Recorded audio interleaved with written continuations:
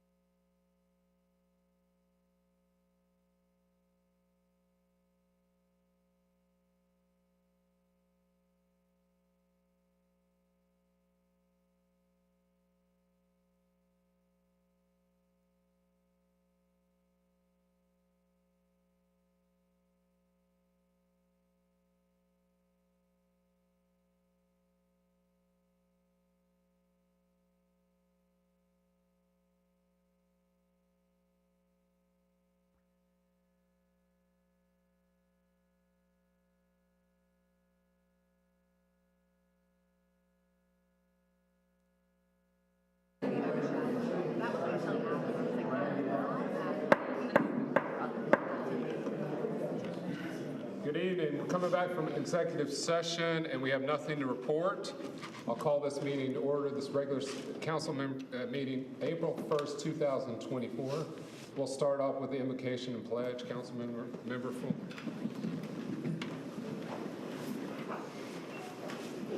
Would you join me in prayer? Tonight, this council will vote on one of the more recent controversial items to come before us. After hearing the voices of our citizens and also weighing all of the potential impacts to our city, please help us to make the right decision. Lastly, as we leave this chamber tonight, let's not let whatever decision is made divide this community and this council further. In His name we pray. Amen. Amen. Pledge allegiance to the flag of the United States of America and to the republic for which it stands, one nation, under God, indivisible, with liberty and justice for all. Thank you very much. You may be seated. Sonia, I see you over there to my right. We're going to start off with a proclamation for Crime Victims' Rights Week, April 21st through the 27th of this year. Whereas, Sonia, you don't come up yet, please, for your sake. There you go, for your sake. All right.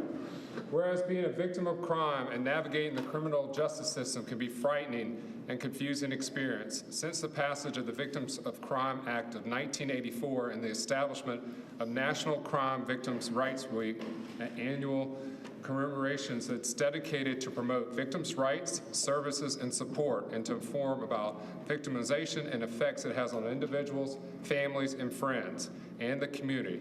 And there's a growing array of services and resources available to victims and their loved ones.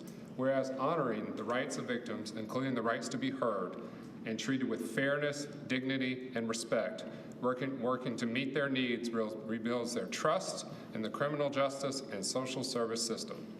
Whereas individuals' trust in the compassion, understanding, and support of their communities is achieved through sustained, deep-rooted, and coordinated outreach, identifying, reaching, and serving all victims of crime, especially those from groups that have often less access to healing services and avenues to justice. Whereas the City of Clemson Police Department, thank you very much, Victim Service Program, Sonia, provides services free of charge to help reduce the short and long-term effects due to violent crimes for those distressed, and is dedicated to strengthening victims and those who survive in the aftermath of crime, and working for a better future for those who have been touched by unlawful activities of others. Whereas justice isn't properly served until crime victims are.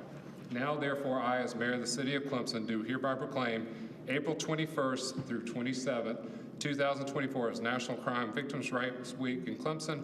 I do thereby encourage all citizens, I'll say it again, all citizens to join me and the City Council in thanking the city's police department and the Victim Services Unit who work to safeguard the members of our community.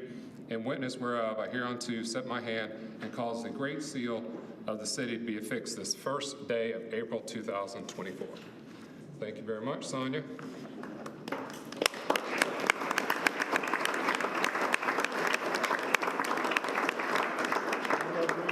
going to read one more proclamation, then Sonia, you are going to come up if that's okay. So, Child Abuse Prevention Month is also in April of 2024, whereas in 1983, President Ronald Reagan issued the first presidential proclamation identifying the month of April as National Child Abuse Prevention Month. Whereas the blue and silver pinwheels displayed during April and throughout the year stands as an uplifting reminder that all children deserve a happy childhood and future.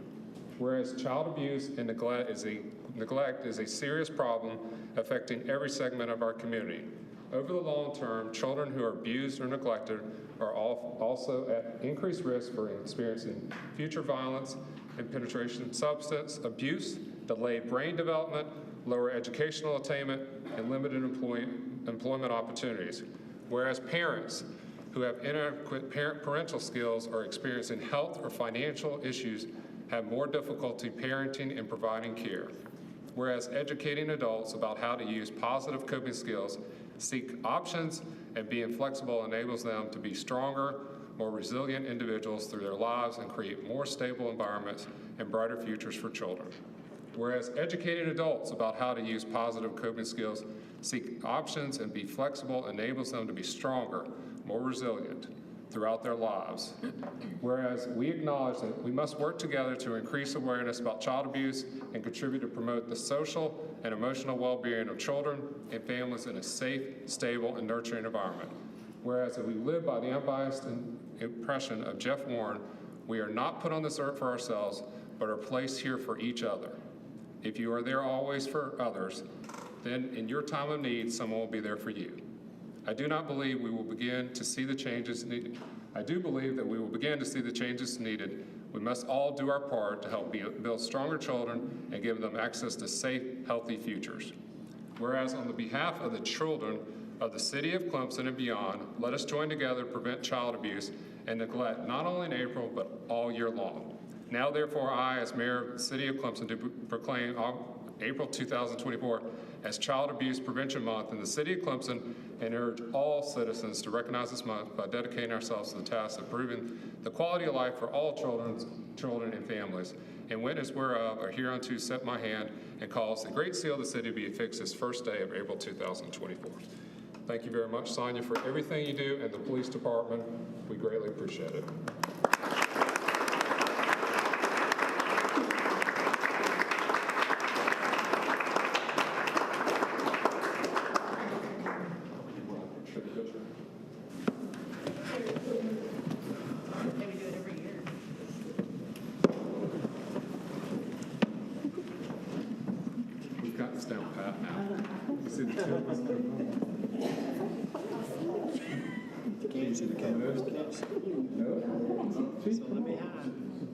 Chief, you need to be in the picture. Robert. No, No, you're good, you're good.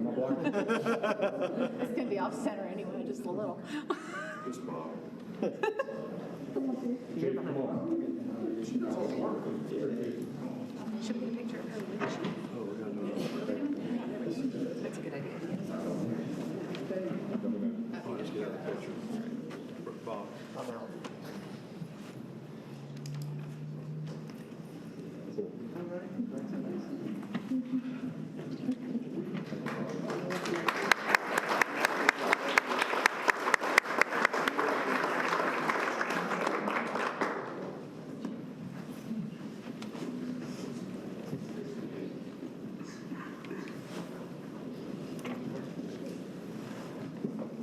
So our next item will be public session. I'll turn it over to Mayor Pro Tem, Councilmember Smith.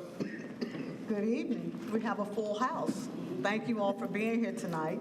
This is your opportunity to make any comments, share any thoughts you have with council at this time, but it really has to be something that's not already on the agenda. So I know we do have some items on the agenda that you probably are here to say and speak about, and that's fine. But if there's something else you'd like to talk to us about, feel free to come up. We just ask that you state your name and your residence for the record, and you'll sign in on the sign-in sheet over there by Jeremiah. And we open this up for about 30 minutes, give you 30 minutes to share with us anything you'd like for us to know. We'd love to hear from you.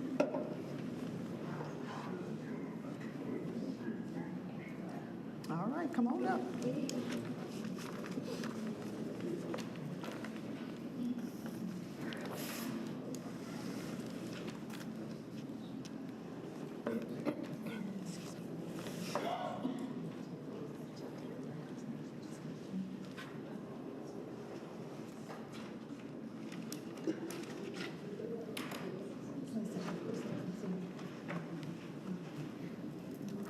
Good evening. Good evening.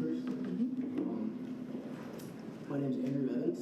I live at Clemson Lofts. I've been a Clemson resident and student for the past few years. I'm currently trying to get my undergraduate in biosystems engineering, ecological emphasis, and this is what I'd like to talk to you about today. All right, we're not going to take away from your time. I'm going to chime in because there is one thing I forgot. If anybody needs ADA hearing devices, I did, speaking of that, so you made me, so hold on for 1 second, I apologize. We have 4 up here. If we need to get more, we can get more. So if anybody needs an ADA hearing device, we have them up here. So, Everybody needs yeah, no, I'm just actually, either way, I just want to make sure everybody that was clear that they are here. So, yeah, speak up if you can. Yes, yes. Project. Project or maybe kind of turn. So they. Thank you. I'm really interested in some certain plans that I've seen involving Clemson's long-range framework plan and the Green Crescent Trail System. My most recent passion is the idea of creating community spaces that incorporate natural abundance into the area, meaning things like food forests and our water management systems. We really need to rethink the entire paradigm of how we manage our land when it comes to cohabitating it with biodiversity that was here before and can come back. There's a terrible drought flood cycle that has gripped the entire East Coast and the world, where we're losing biodiversity at record rates. And this leads into the idea of climate change, but I'm not here to talk to you about the parts per million of CO2 in the atmosphere, but rather what we can do here as communities to come together and revitalize and increase the biodiversity in our area. So tomorrow I'll be walking a zone on Honeycutt Creek with facilities at Clemson where I'm going to find out where I'm allowed to put things like a community garden and a food forest for community members and even the local wildlife. These projects are near and dear to my heart, and while I'm here for the next 2 years getting my education, this is what I want to be working on. I see this opportunity with this development as something to dive in on and figure out how we can take something that as beautiful as Abernathy Park that has become what's called a ruderal zone, where the ecology is suffering. It's not a healthy habitat. It's a terrible area. It's dilapidated. It's falling apart. And if you stack a development on top of it with, I think it was a 90% land use of impermeable pavement, what it's going to do to that ecosystem is terrible. It's going to take it from its already bad level and just make it worse. I don't know if I'm allowed to talk about the actual development papers. Well, Later on, you can. you can come back up. Okay, there's only one statement in the papers where it says water quality will be treated on site before discharge. And that did not seem like enough provision and information to give to a community where water management has really been a great negative when it comes to the expansion of Clemson University, where we have completely destroyed Honeycutt Creek, and now there are very, very expensive projects to restore it with the Army Corps of Engineers. But that's who I am, that's what I'm about, and I would love to be involved however I can with you guys to this end. So just in time, we have a new sustainability commission. If you will make sure that I have your name I was going to say, Andy, make sure you have the and name. phone number, I will be in touch with you this week. Awesome, thank you. Thank you. Thank you so much. Appreciate that.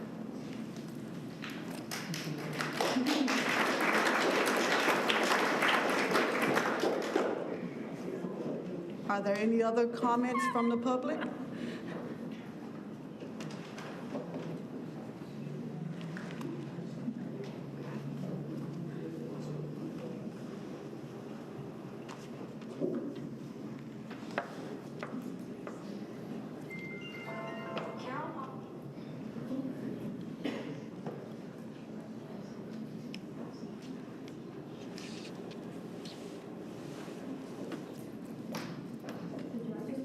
Yes. I'm sorry. I'll try to project as much as I can. Can you guys hear me? No? Okay, I'm gonna try to go like this. So I have lived in Clemson now for about 1 year. I'm originally from Washington State, and I moved here because I got a job at Clemson University, and I was incredibly excited about this opportunity. And since living here, I am so incredibly grateful to be in such a beautiful place. The upstate is just incredible. and we have met some of the most kind people living here, and it has made the world of difference. But I'm coming to you guys as leaders because you guys have got to stop what's going on here. I mean, this is a country, it's called God's country, but we are not worshiping God in this country that we call the great upstate. We are worshiping greed. What is happening on campus, what is proposed to happen is just, I can't, as I am telling you guys, I have a doctorate in agroecology. I am not some crazy person who is just trying to sing from the rooftops. Rachel Carson wrote Silent Spring in 1962. We are in the year 2024, and look at what is happening. I mean, I am completely appalled by some of the things that the city is doing. I live on Essex Drive, and this isn't freedom when I can't go outside because twice a month the city is spraying for mosquitoes, pesticides. I can't even grow vegetables. I'm sorry, but this is absolutely unacceptable. And I am angry about it because that is not freedom. I mean, we need mosquitoes. And there's no mosquitoes even. I mean, this is insane. And what, again, you guys are proposing with Kiwi Trail over and over and over again. I mean, most of us don't care about football. I mean, it's just, yeah, these are the things that I am so angry about. And the traffic and walking and how dangerous it is to even walk to campus from where I live, despite there being sidewalks. Because of the culture here where you're just supposed to be in your big truck and who cares if you mow someone down. And I'm telling you that this has got to stop. I mean, I don't know how people can live their lives in good conscience and be good Christians when all we care about is money in this country at the expense of everybody else and all of the creatures in the world. That was literally 62 years ago that Rachel Carson warned us about pesticide use and what it's doing to our environment. And I call on you leaders to please stop the madness that is happening. I moved here because of the nature. And I study agriculture. The amount of farmland that is being lost in this state alone is astronomical. This is one of the fastest growing places.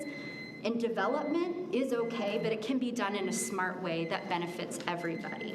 And paving over this beautiful paradise and just creating more parking lots instead of parking garages, these are the things where we can be at the forefront. And people want to come to Clemson for certain reasons. I didn't come to Clemson to look at parking lots. I mean, the campus, what is being done to the campus right now is disgusting. And what President Clements is doing and his family, disgusting. We need to have morals. We're a democracy, and we're standing up to the corruption here. So thank you. Thank you.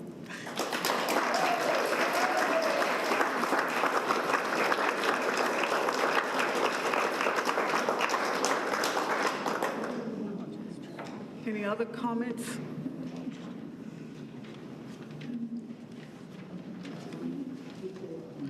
And I just want to remind, it's about anything that's not already on the agenda.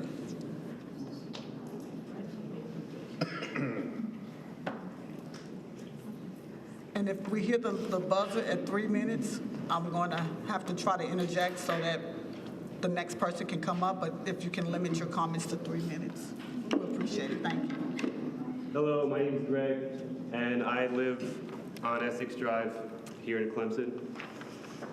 I think that many people here today are here for the same reason, and the reason is the proposed destruction of a park and a community for private gain. There is absolutely no reason for this to happen, and as many people who are from out of state know, people move here because they like the lifestyle, they like the culture, and they like how they can live day to day. Can I ask, are you talking about the proposed development, or are you talking about something outside of that? I'm talking about the development. Okay, you'll have an opportunity to speak at that time.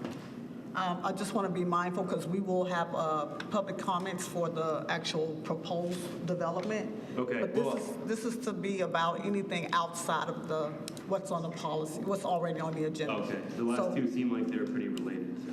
Well, the first one was about pesticides, not pesticides, the water and the Also the trail. ecosystem, the trail. And then the second one, she was talking about the mosquitoes. It kind of went into the development, but it wasn't focused on the development. It sounds like yours is focused on the development. Okay, sure. So all I'll say is people move to place because they like it, and if you destroy what they like, then why would they stay here? And I would ask you to stay, because you'll have a chance to come back up and speak in more detail. Right now. No, when we get to that on the policy agenda. It's letter B on our agenda under policy action. Okay, thank you. You're welcome. So with that being said, I'm going to turn it back over to Mayor so we can go ahead and move on the agenda, since I think that's what the majority of people are here for. But thank you all, appreciate it. Thank you very much. Next is all right, so if we can make sure, before we start going down the items, so everybody can hear, let's make sure we're not having a lot of side conversations, because I want to make sure everybody hears everybody's comments. We're here to listen. And so I'm going to say that because I'm starting to even hear side conversations right now. So I'm going to go right into the possible approval of minutes, March 18th, 2024. Would somebody like to make a motion? I make a motion, we approve the minutes for March 18th as presented. Second. Any comments, discussion? All in favor, raise your right hand. All right, thank you very much. Next, we'll go into reports and discussion. First is to discuss a licensing agreement with Clemson University to install emergency management communications equipment at the West Lane water tank. Chief Kramer's going to come up. Welcome, Chief. Hope you had a good Easter. I did. Sir. Well, good to see you, Mayor. Council, it's good to be in front of you again. It's been a while. I'm here this evening on request of the city administrator to come and discuss with you the lease agreement that we're asking for with the city. Just for some context, this is a lease agreement between the university and the city to allow us to use the West Lane water tower to install some communication equipment as part of an upgrade that we are doing at the university. The upgrade consists of 3 new sites to install antennas, radio equipment, repeaters. It's going to be a complete overhaul of our emergency communication system. The emergency communication system is going to provide tremendous better coverage for our current radio system. It's going to be an upgrade to our current system. It's going to allow us the ability to provide capacity. So in the future, if the city would like to bring the police department onto the radio system, that would be a possibility. We're moving into a digital 800 system with the idea of getting it eventually, without getting into details or to the weeds, to an 800 trunking system, which is very compatible to the PAL 800 system that we have in the state. This is a major upgrade. This is, again, going to increase the safety and efficiency of our radio communications with our firefighters. And if the police department eventually comes onto the system for the police department as well, it's going to allow things to be safer and just give us an overall better system. We ran some propagation maps showing us the best locations to install the repeaters and the communication, and with the West Lane Tower was one of the locations that the map showed would be a great site. It's going to help us cover the Highway 93, the Issaquena Trail area, all the way out to the Grange. It's going to line up really well with a Kite Hill site, as well as the site that we're installing out on the Army Corps of Engineers tower on the dam. So that's why I'm here to discuss that proposal. The lease has been drawn up by the city. It's in draft form currently, and I'm here to answer any questions you might have. What about a couple of our more remote locations, like North Clemson, and I think of my friends at War Branch? Any issue getting there as well? No, in fact, this is going to increase our capacity all over the city, including the university. I wasn't sure anything reached War Branch, so that's why sometimes I think about it. It's good. With the propagation maps that we've had the engineers run, it's going to increase our coverage tremendously. Building. That's the landscape. Other questions for Chief, comments? think it's a no-brainer. It's a good step forward. I've listened to these guys get into the weeds before, and it's hard to understand. So. Appreciate you being here. Appreciate it. Thank you, Chief. Thank you. Have a good evening. Thank you very much, appreciate it. It's not, but even the communications, I didn't know if it could read. Next item is staff reports. Andy. Hold on, Andy. And Holly Brown. Andy, sorry. If, I keep on hearing like 3 cell phone go off numerous times. Please, if you can, silence your phone. I guess I should have said that, but just please. Thank you. Holly Brown at CAT is retiring. So on May 17th from 11 to 1 at CAT, we're going to have a retirement celebration. All of y'all are invited. Dawson Park, we're going to have a ribbon cutting for the new picnic shelter and restroom facility on the 27th. The ribbon cutting will take place at 1 o'clock, but we're going to have kind of a party out there from 12 to 2. And we're also going to have a ribbon cutting for the new Kilgore Playground on the 17th at 3:30 is the actual ribbon cutting, but we'll be having fun from 3 to 5. That's all I have. Cool. All right. What time was the retirement at? 11 to 1. 11 to 1. I think it's 11:30 to be exact, I think. That's what the first, by the way, you got 2 different emails. The first email showed it was Thursday's Friday. So you get a correction email. So It's Friday, May 17th. Okay. Yes. I did notice there were 2. Yeah. So just look at the second one. All right. Thank you, Andy. All right.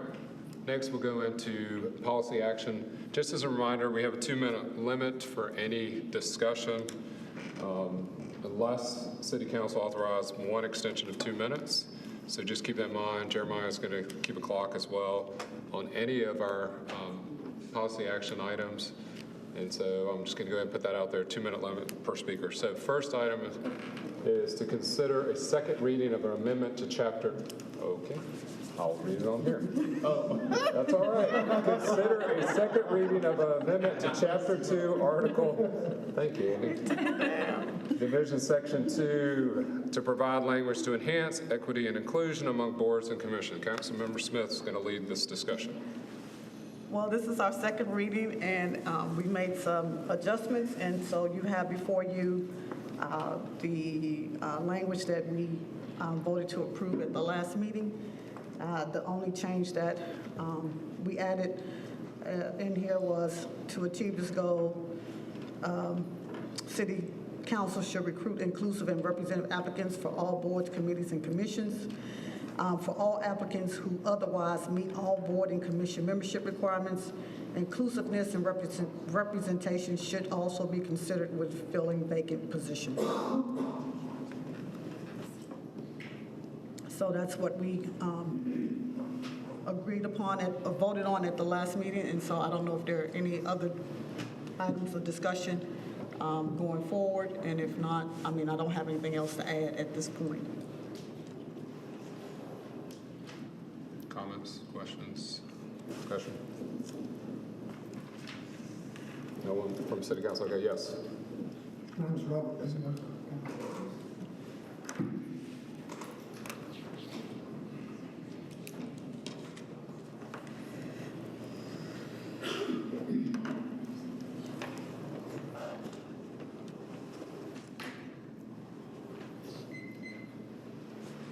My name is Robert Lee. I live at 113 Presley Drive. My issue about this is about language, about the language of law or the language of opinion.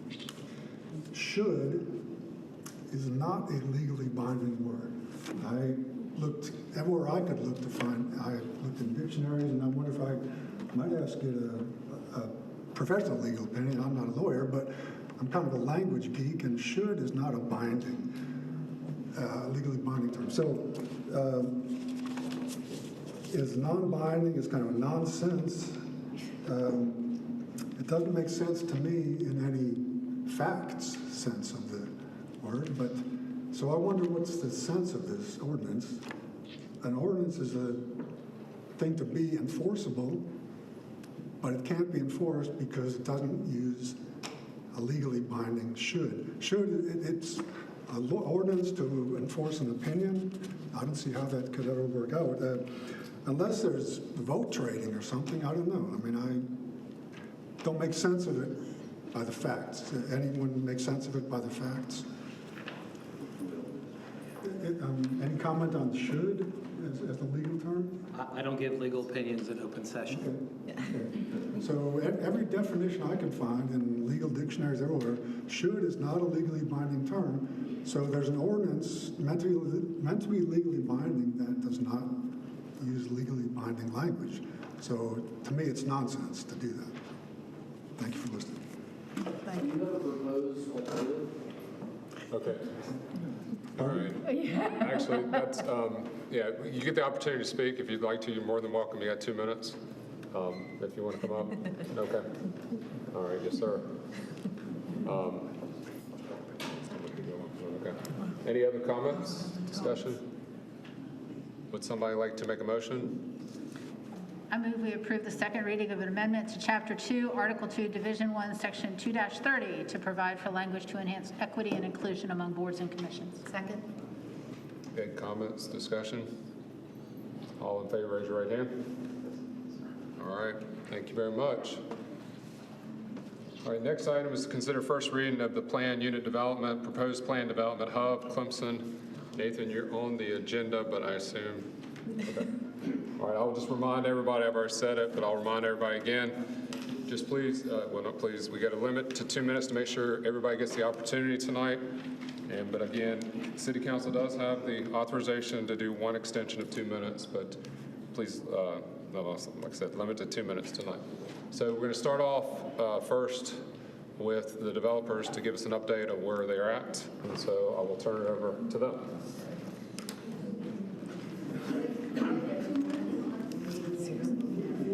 Well, they're giving us an update. They're giving us an update on where they're at. Is there a limit on their time? They have 10 minutes or less. So We'll try to keep it under 10. we need to get the update of where they're at. Just want to give a quick intro of the company. It sounds like there might be some newer people to the process that might not have been privy to some of our prior sessions. So I wanted to introduce us. We're real estate developers from Chicago, primarily focused on the educational space, building rental housing. We're long-term holders of real estate. We are not like your typical developer. Yes, of course. We cannot understand a word you're saying. You're trying to face us. Okay. All right. Just for everybody's sake, we'll make sure. Can you please speak up? Sure. So thank you. Yeah, of course.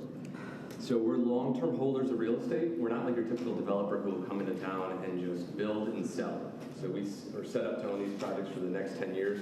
And as a result, we care very much about the high-quality nature of them, and we take a great amount of pride in building high-design properties with high-quality materials. We have not sold a single property in the last 5 years as evidence of that, and we're set up for the long term to hold these properties for 10 plus years, like I mentioned. One of my favorite stats is that there are 10 cities in the country where we've built multiple deals in, some as many as 5, 6, 7. I don't think that any city would let us build multiple deals if we didn't have a great reputation, but I also am very proud to say we have letters of recommendation from many cities around the country based on the high-quality products we have built within them. Although I do hope to make Clemson one of those cities, although the first project we built here at the pier is technically in Seneca. Quick intro to kind of our history on this deal. While Clemson Next and Uptown Next took roughly 2 years from 2020 to 2022, we really got involved in late 2022 through that public RFP process from the city, and first came to council in March of 2023. And that was the first time we really brought forth the idea of trying to take, and I think my comment earlier was expanding the park. I heard a couple people already say that we were removing the park, and that is absolutely not the case. The key tenet when we started out day one was we want to expand the park onto private land through 2 ways. One, an expansion through a public use easement over private land that expands the actual green space onto private land. And 2, through relocating the parking that is currently on the park and right now is dedicated to asphalt, moving it into the private property in structured parking and doubling it. We've since actually more than doubled it, which I'll let Andy speak to in a little bit. And then so since March of 2023, we've spent the past year working with Plan Commission, Board of Architectural Review, and City Council, and we're really proud of the project that we are putting forth here tonight, inclusive of a few more changes that are positively going to impact this development that we're really excited to share, and I'll let Andy take it from there. Thank you very much. Andy Savoy, good to be here. We could go to the next slide. So I'm going to focus on what we've heard since we got a recommendation for approval from Plan Commission. And that was in mid-February. Since then, we've had a work session with you. We've heard public comment in early March, and we've tried to distill that down to a few outstanding concerns and then address them in our revision of the PD language. And so the 4 concerns are listed up there. Basically, it's parking and access to the park for non-students and non-residents. Somehow the idea got out that we were restricting others from the park. That is absolutely not true.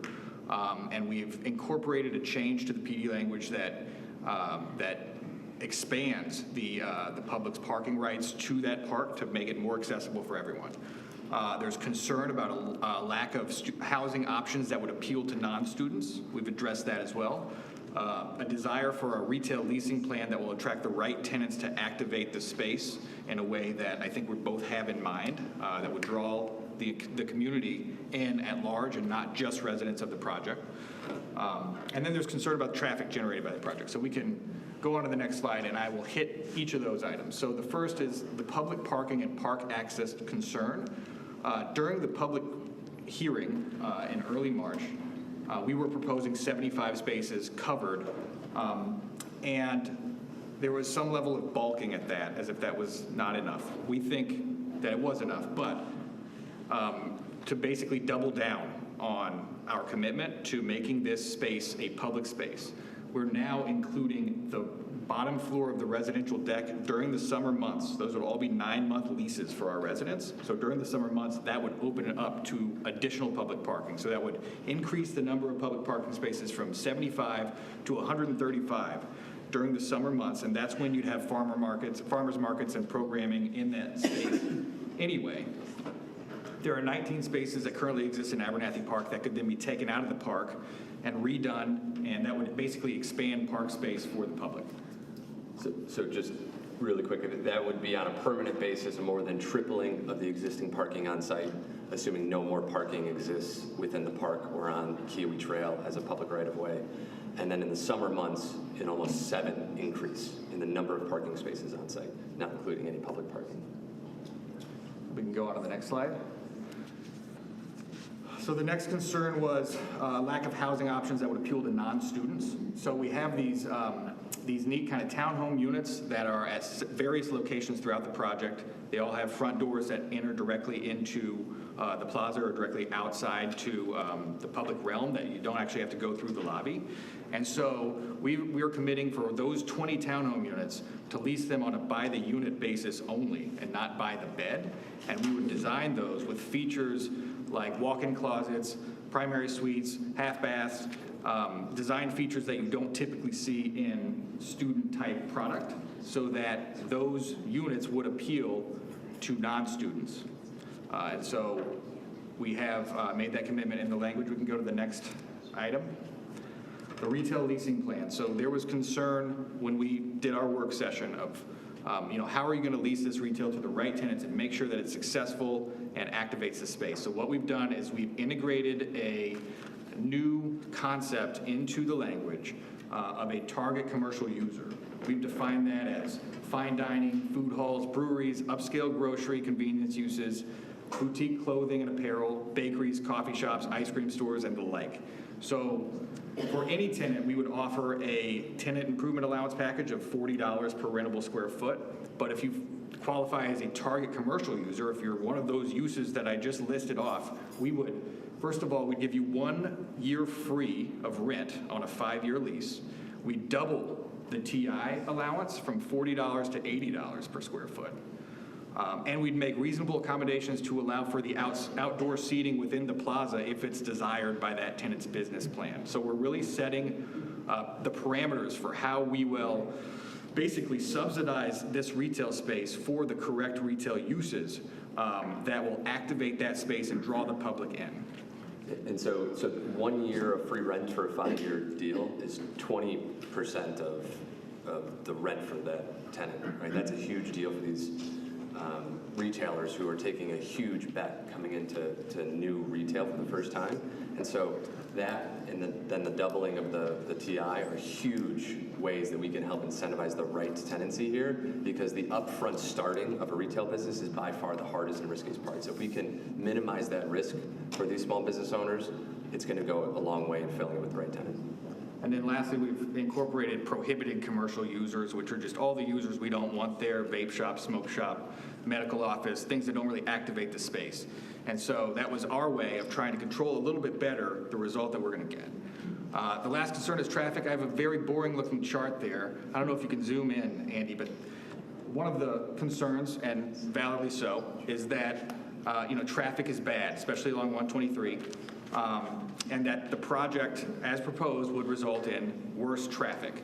This is from our traffic study, which was done by a professional traffic engineer. And what it shows you, if you compare the left 2 columns to the right 2 columns, the left 2 columns shows what your wait time would be on average if we didn't build the project and everything stayed the same. The right 2 columns show what it is with the project. And so red is the AM peak hour, purple is the PM peak hour, and what you'll see is that it's a 48.9 second average wait time if we did nothing, and a 51.2 second average wait time with the project. So we're talking about a 2-second wait, and that's at the worst hour of the day. So, professional. I think just from a look, Andy. All right, so hold on. So out of respect to everybody, when they're presenting, and anybody when we're talking, really the background noise and the comments and the yay, nay, whatever it is, I think we need to not do that, because it causes, they have their time to speak, you'll have your time. So let's make sure we give everybody the respect they deserve, please. Thank you. I think it's really important. I might actually more address the crowd on this one. This is the scientific thing that really matters, that everyone should really care about. But from a layman perspective, I heard the crowd. I hear you. What I'd like to say to you is that we're not going to increase the number of people that are living in Clemson. These people are already living here. They are going to school in a lot of cases. A lot of times they're living farther than the site, so therefore they're driving to campus. The only way to reduce traffic in the community is to build more housing within walking distance to campus. And so while this might be a 2 to 4 second increase scientifically, it's not going to materially change what is really going on in terms of the crux of the problem of traffic. And so I just want to point out, we obviously bringing the science to this. I think the art's important in communicating how a community really resolves what's a real problem. I've sat in the traffic myself. It is a real problem. But I think that this is a real solution to it. If it's not, If this same project were 2 miles away, you'd have 100% of the people driving to school, and the traffic impact would be far worse. Because it's so close to campus, we've used 30% in our analysis, even though that Bixby has 20% of their students actually driving to campus. And so it's easy to act emotionally when you think traffic, because everybody knows that it can be really bad. But I just want to bring scale to the table so everybody understands exactly what we're talking about. We can move on. So there is one additional consideration that we brought to our proposal. And so we were always going to pay impact fees as part of this project. They have non-utility related impact fees that go to parks and then police, fire department. And so just because of the scale of the project, it would be approximately $1.55 million of impact fees, and about $1 million of that was going to go to the Parks Department. And we were initially proposing that the incrementally increased real estate taxes also be tapped in order to help fund improvements on the public side of the park. And so what we've done in our revision is actually, we've added $1 million to the contribution to the city and to offset the park improvements, because we're doubling down on our investment in Abernathy Park and in the plaza.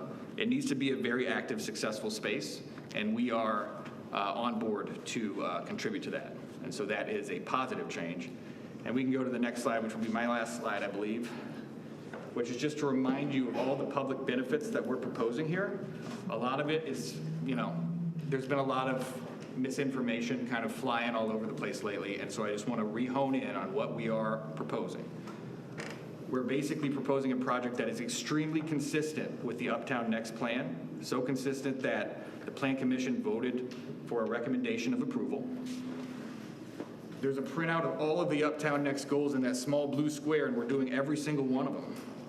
We're adding 30,000 square feet of plaza space to a public park and putting a public use easement over it. We're providing 10,000 square feet of retail that we're subsidizing. We're providing 75 public parking spaces that increases to 135 during the commercial months, during the summer months. Adding supply to the housing stock, adding a diversity of housing options that would appeal both to students and non-students.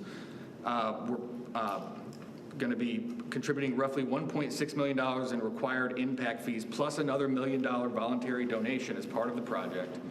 An estimated $2 million a year of extra real estate taxes. Only $600K of that would go to the city, but the rest would go to the county. And then we'd be creating jobs. We'd be creating 300 construction jobs and over 20 permanent jobs. And so there's plenty to consider here. I understand there's a lot of voices in the room. We've put together a project that we're really proud of, and I'm here today to ask for your vote.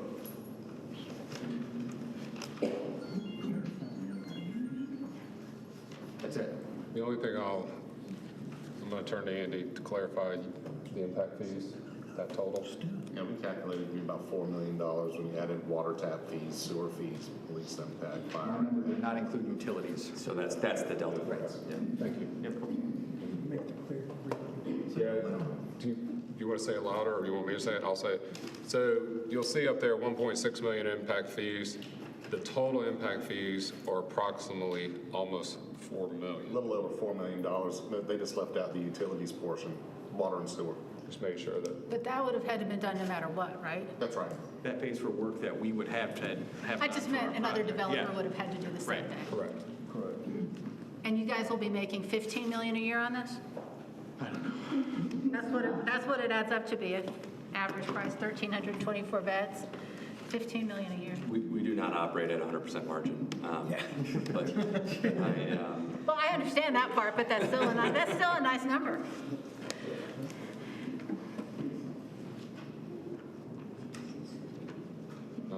There are no other. I do have one question. And I do, by the way, of all the things I disagree about, I do agree with you about the traffic on 123 not being responsible for this, or this not being responsible for traffic on 123.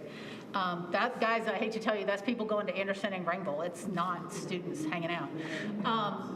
But my question is, your parking garage is at 671 spaces, am I right? Or am I reversing my numbers a little bit? 663, I believe. So do you have an agreement with the university about students? Are they going to be able to park their cars and get commuter passes? How's that going to work for the other 700 cars? we don't contract with them on a direct master basis. Any discussion about it? Anything? We have not communicated with Clemson on any programs with regard to that. Okay.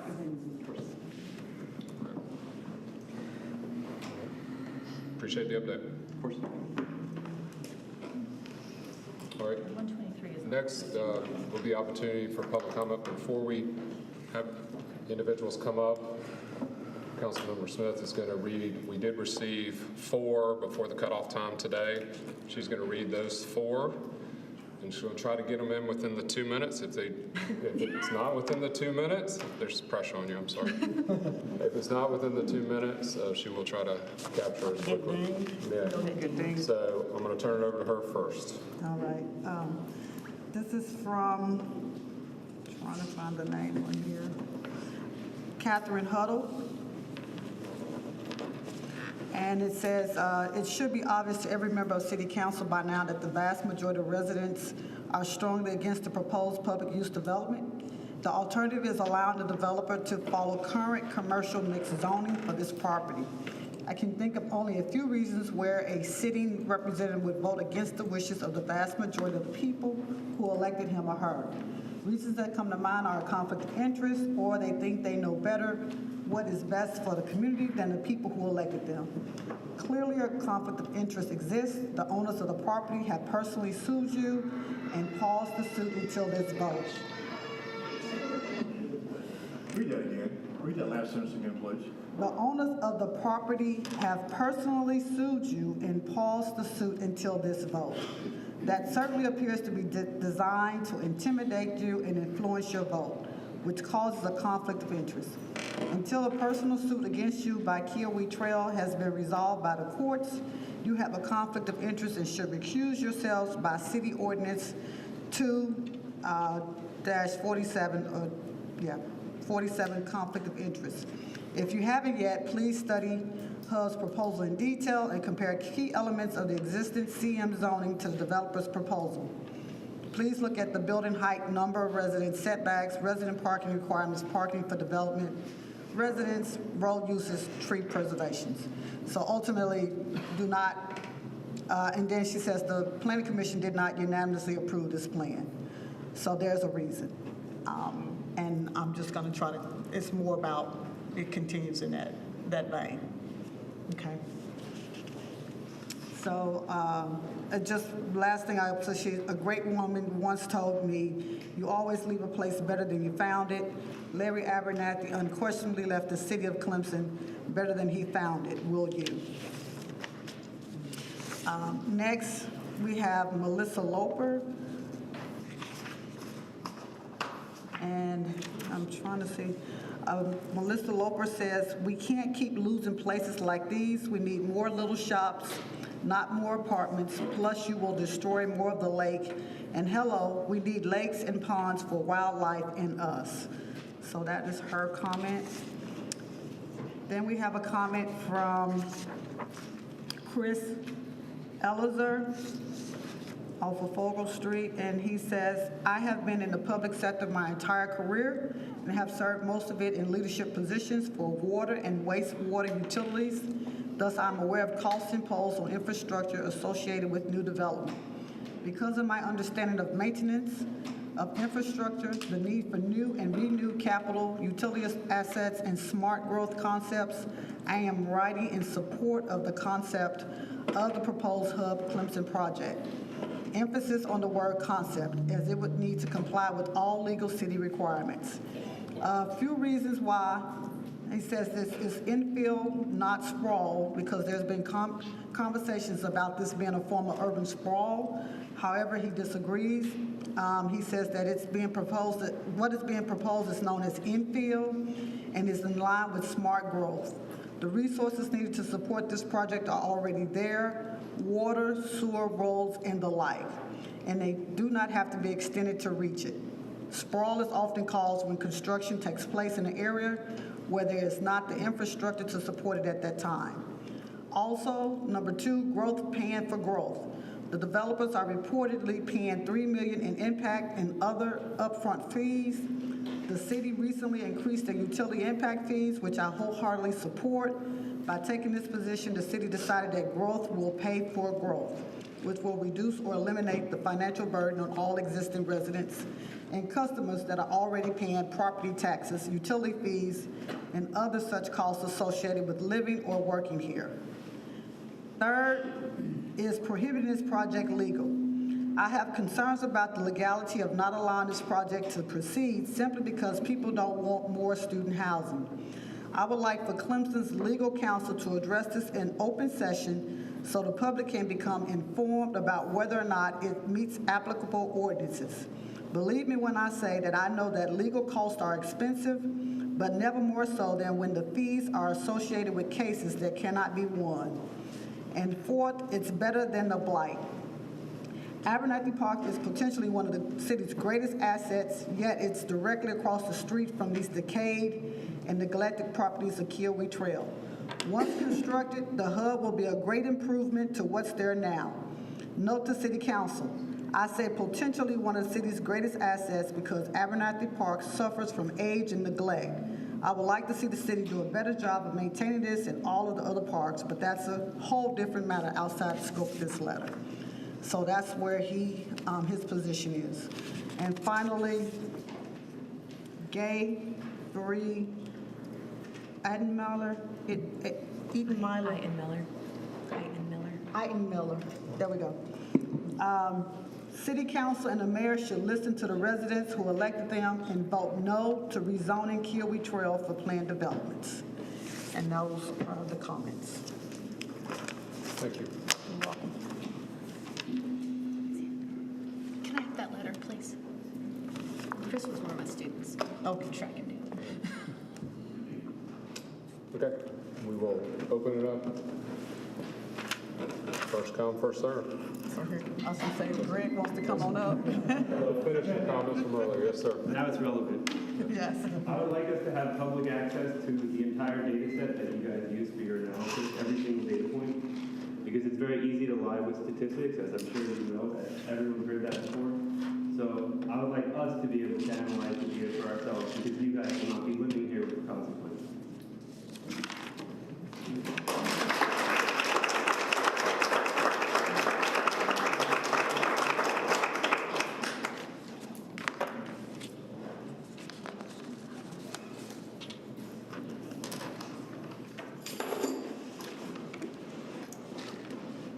I'm Holly Holbrook, for those of you who don't know me.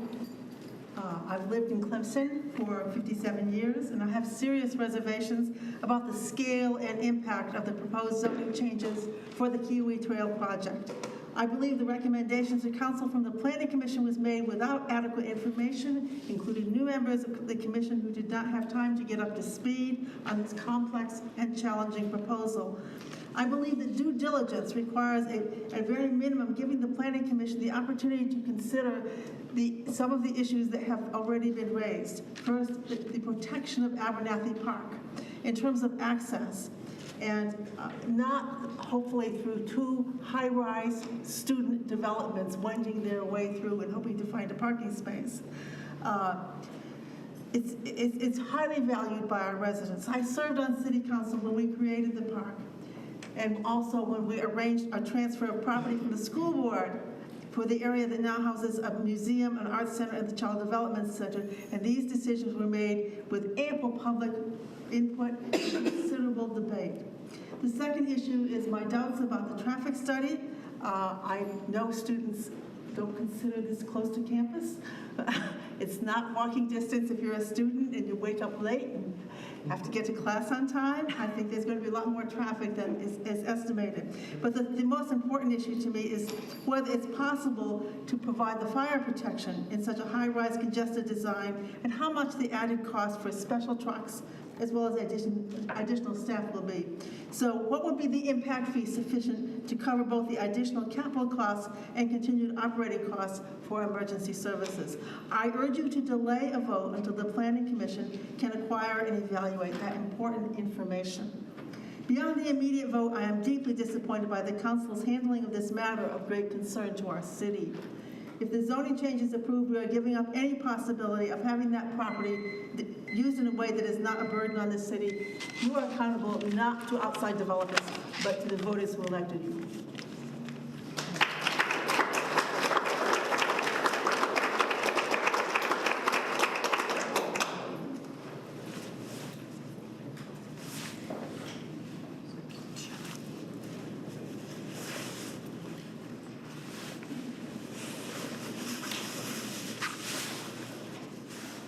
Hi, my name is Martha Urban, and I just have one comment to make. I believe it was you, Mr. Fulmer, that when you talked about developing, and we have a 6-story apartment and parking lot that come down to the neighborhood on Riggs Drive. And you indicated, I think it was in March, that should never have been done. I ask, it's already done, what can you do?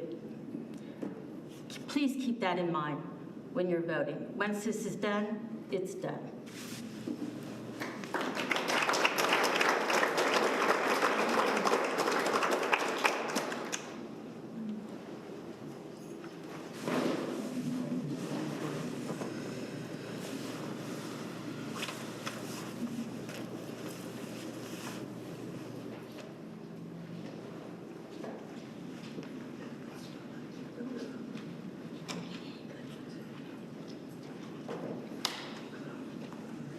Good evening. Elizabeth Vogt, 201 Martin Street. I have been asked by the Save Clemson Political Action Committee to have the petition that was signed on the website as of today entered into the public record, as well as comments that people from all over the city and the community included in the survey as to whether to keep the existing zoning intact or to approve a PD. I'd like to make a couple of comments. First of all, those eyesore properties on Kiwi Trail are owned and neglected by Kiwi Trail LLC. If the park is in poor repair, it's because the city has not put a priority on the park. Okay, so the responsibility falls on not only the landowners, but also on the city. As to the vote, I will make this comment. I don't think anyone in the public can have a good faith that this vote is being done for the right reasons until the lawsuit is dropped. The lawsuit should be dropped first, and then a vote should be taken, and I think you would instill far more public confidence in the validity of your decision rather than essentially voting under coercion, and that's exactly what it is, okay? So let's call a spade a spade. So I'd like to leave these and just have them entered into the public record, if you don't mind.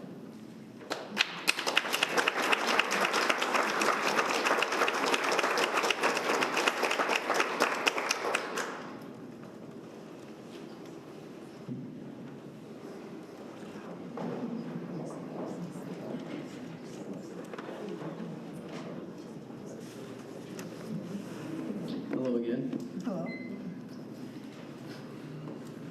Specifically with regard to this development, I have a few key concerns. In the document, there was a detention waiver. I think that this property was given because of its proximity to the lake. Hopefully I expressed to you how even though it has this proximity to a water catchment, that it can still be extremely detrimental to the ecosystem in the park. I want there to be a commitment to bioretention zones and for biofilters and vegetable swales and things that are actually going to filter and treat the water before it gets into our public water access.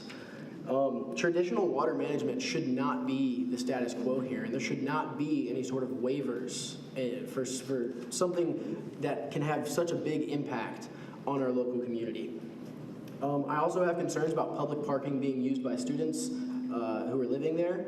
I'm not sure how you guys plan to make sure that people living there don't take all the public parking. You probably have something figured out, but I just wanted to say that. The weird legal action in lawsuits, the voting under duress, that's interesting. I don't know what's going on there, but guys, we need to take time and figure out the details to protect this community. There needs to be legal protections on all of this before we vote yes for this project. And I'm not against the project for the sake of being against the project, but we have to do due diligence as community members and leaders. I'm also concerned about the impact fee and the cost of the damage that this construction could cost. I'm in soil and water conservation right now, and whether you do your construction in the rainy season or the dry season, the impact on the erosion and the pollution is incredible. I think the planning of this project should reflect these key concerns for the community. I urge you to vote no until we can get more clarity on these details. Thank you.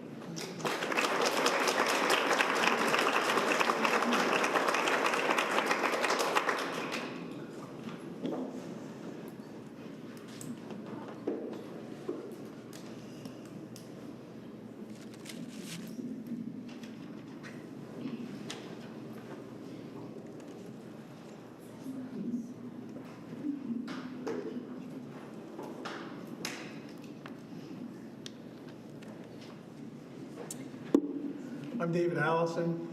Many of you know me. I'm an alumni distinguished professor at Clemson. I'm the director of the graduate program in architecture and health. We've done work for the city in studying the impact of development in downtown in the past. My primary interest is, in this case, is the idea of a healthy community, creating a healthy community. I'm a fellow of the American Institute of Architects, and I'm a fellow of the American College of Healthcare Architects. So I bring to bear some knowledge and expertise in the idea of development. I'm not against development. I'm not against increasing density. I'm not against development on this property as long as it complies with the intent of the Clemson Next plan, which this project does not, clearly does not, any kind of physical way. That plan had small, isolated buildings on an integrated street network that would allow distribution of traffic and outlets. The developers speak about a traffic count. It's not about the numbers of people and wait time. It's about the logistics of access onto College Avenue from Wall Street and Kiwi Trail. And that's where the problem lies, not the number of cars or the number of seconds that will increase the wait time on 123.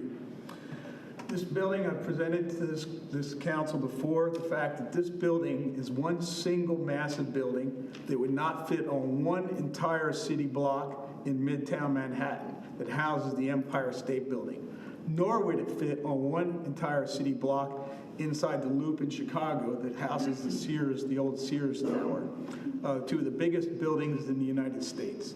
And this is a town of 17,000 people. So I think there is a room. All the things that the developers could do, any responsible developer could do with any proposal. It's this proposal that I think is an atrocious impact on the city. The developers are willing to bear with it for 10 years at least. We're going to be living with it for 50 years or more. If not, it doesn't fall down before then. That's it. But I think it's an incredibly unfortunate project.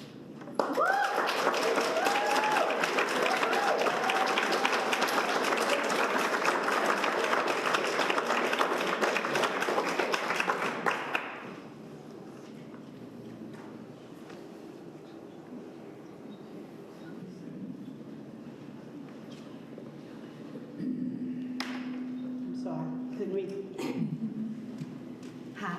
Hi. My name is Joanne Abernathy. That was my husband.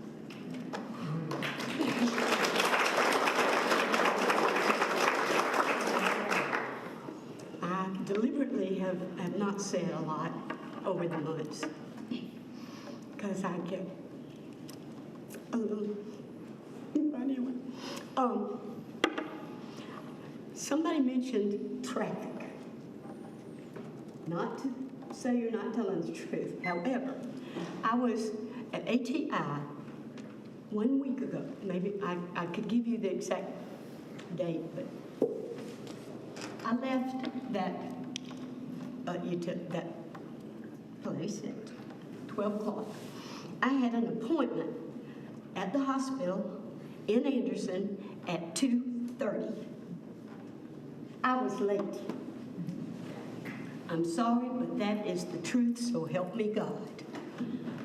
The traffic here, it was backed up almost all the way to Marshall's. It was all, I don't know if there was an accident, I don't know what happened, but it took me forever to get out of Clemson. Then there was something happened on the way to Anderson for somebody, and there was another. Then there was one lane traffic. Now, I know you don't have anything to do with all that, but stuff happens. That happened to me, and it was a week ago. So don't tell me there's just a few minutes difference. That's just not true. Traffic in Clemson is horrible. You all know it. I don't have to tell you that. It's getting worse. You add 650 cars to it, and that's just the beginning. I truly feel that with all my heart. I listened to Larry, in your position, talk to me every night when he came home from council meeting. I know what that means. I know what all of you are going through, and I feel for you, so help me, I do. However, my children live here, my grandchildren live here. One of my grandchildren is fixing to start driving. I'm scared to death. He's going to Daniel.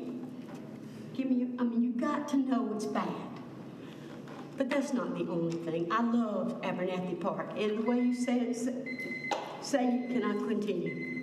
Actually, Mrs. Abernathy, we do, everybody's got 2 minutes tonight, so. It's I'm actually trying. 10 minutes. Well, actually, the presenters actually have 20 minutes. Ms. Abernathy, please if you can finish up very quickly. I will But finish up very what we're doing is setting a precedence. I'm just letting you know, we're trying to be consistent all the way across the board. And it is out of respect. And I'm sorry, Mrs. Abernathy. It is out of respect that we're trying to stay consistent to everybody, to be fair. So, Mrs. Abernathy, please.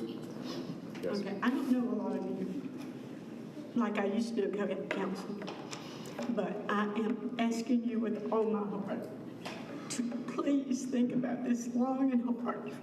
Not just for the money, not just for Clemson University. I love Clemson, that was my life. It was part of Larry's life too.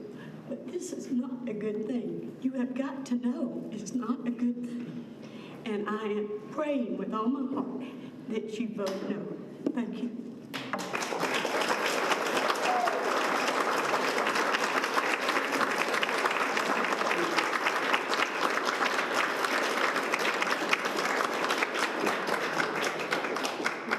Hello, my name is Elaine Masseri. I live 204 Wren Street. And I'm going to be a little disjointed because I'm trying not to repeat too much that's already been said. But I would like to assume that prior to okaying this hub project, that you council members have done in-depth studies on the following, and I don't mean discussions. This is not just about the 1,320 students that are going in at the hub. You can add to that about 400 more that are going up in front of Riggs Strode, which is all going to be in the same vicinity. So we're talking about 1,800 to 2,000 students in this area. All right, so my question is, with all those cars and everything that goes along with it, service trucks, vehicles of friends and family, all right, do we have, what is this going to do about, how's this going to impact our police, our services, our city services, our firemen, and with the addition of those services, how is this going to impact the residents' taxes to support all this? Because along with that, how is this going to impact our infrastructure, which is on the cusp now? How is this going to impact traffic? If traffic studies have been done, we still can't get the details of them, like what day, what month, what year, what time were these taken? Who has the study? The developers? What about road repairs, which we're in need of? But we can't get those done because the DOT owns a lot of the streets in Clemson. What about the dredging of Lake Hartwell to create this student destination? Let's just call it what it is. Do you have an okay on that from the Corps of Engineers, or is that just another selling pitch? I'm asking these questions because if you don't have answers, then you're beginning to sound just like the developers to us. I'm also asking these questions because it has come to me twice in this week that President Clements once was from a friend of mine and once came from a discussion out of his mouth that he intends on raising student population to 50,000 students. If that's the case, how are we going to fit them all downtown? Because that seems to be the trend. And if you don't have those numbers in your notes, you need to. Elaine, see what we were saying, that we're trying to keep it down to 2 minutes. Okay. So if you can wrap it up in 10 seconds. If you want. Okay. Yes, ma'am. Let's just stop this madness. And let's start making changes to the planning codes, the zoning codes before. As one gentleman said in a prior meeting, all of y'all are going to be presiding over a huge apartment complex and a parking lot before this is over with.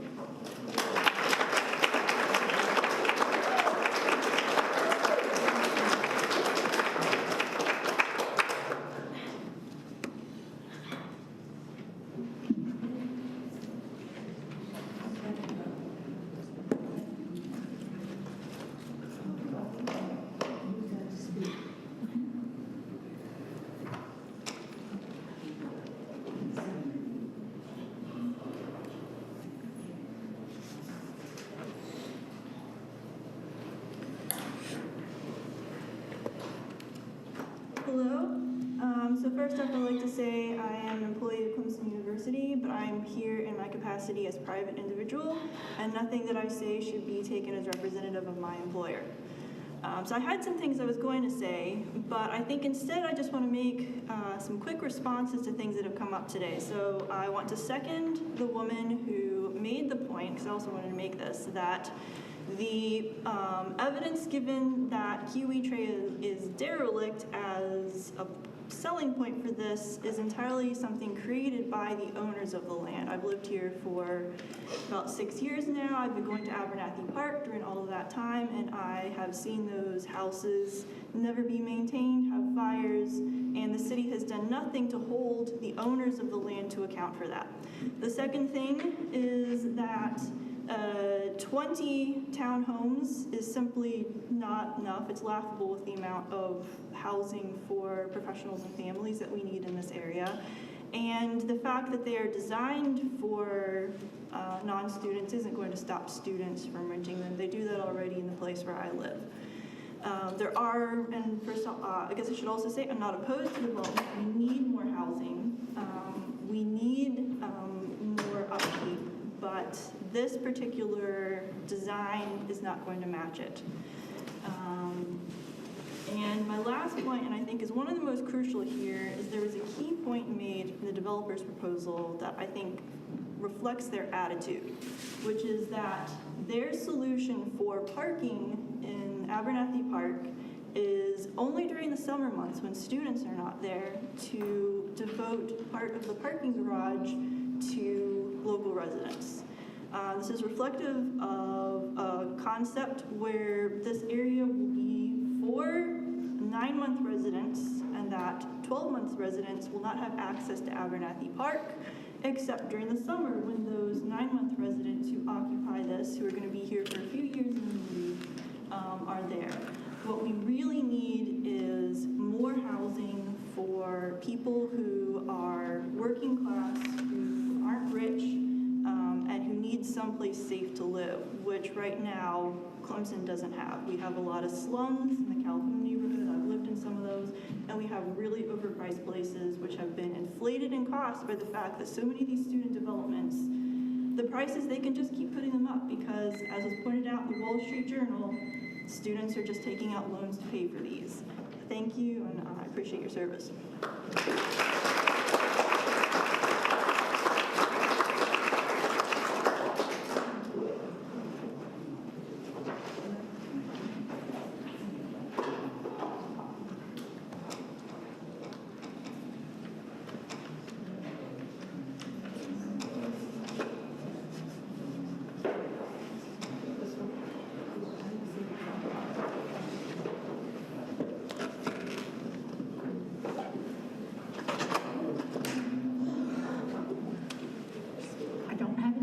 Statements, but I just,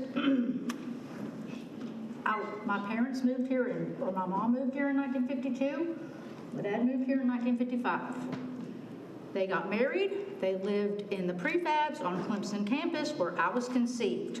Clemson has been a part of my life for the last 58 and a half years. My mom's parents lived on Riggs Drive. My parents still live in my granddaddy's house at 210 Strawberry Lane. So Clemson has always been a big part of my life. We came here every weekend while my dad worked at the UGA to go to the football games. We came here for Easter, Christmas, summer, everything. Now, my point is, and this is mostly to the developers because they say they're adding 75 parking spaces. And I took a drive over to Kiwi Trail the other day. And I counted 21 parking spaces in the parking lot. Is that still going to be there, or is that going to be gone? It's going to be gone. Plus, along the side of Kiwi Trail, there's also space, depending on what kind of car someone drives, enough space for, I don't know, maybe 4 Priuses, or 2 Suburbans. But anyway, so that we're not having a net gain of 75 parking spaces. We might have a net gain of 50 parking spaces. And what about the people who have walkers and all that like to go down to the park that are going to have to park in a parking garage? and get over there to the park. When before, they can pull their car up into that parking space and go down and enjoy the park without having to walk. That's my, thank you.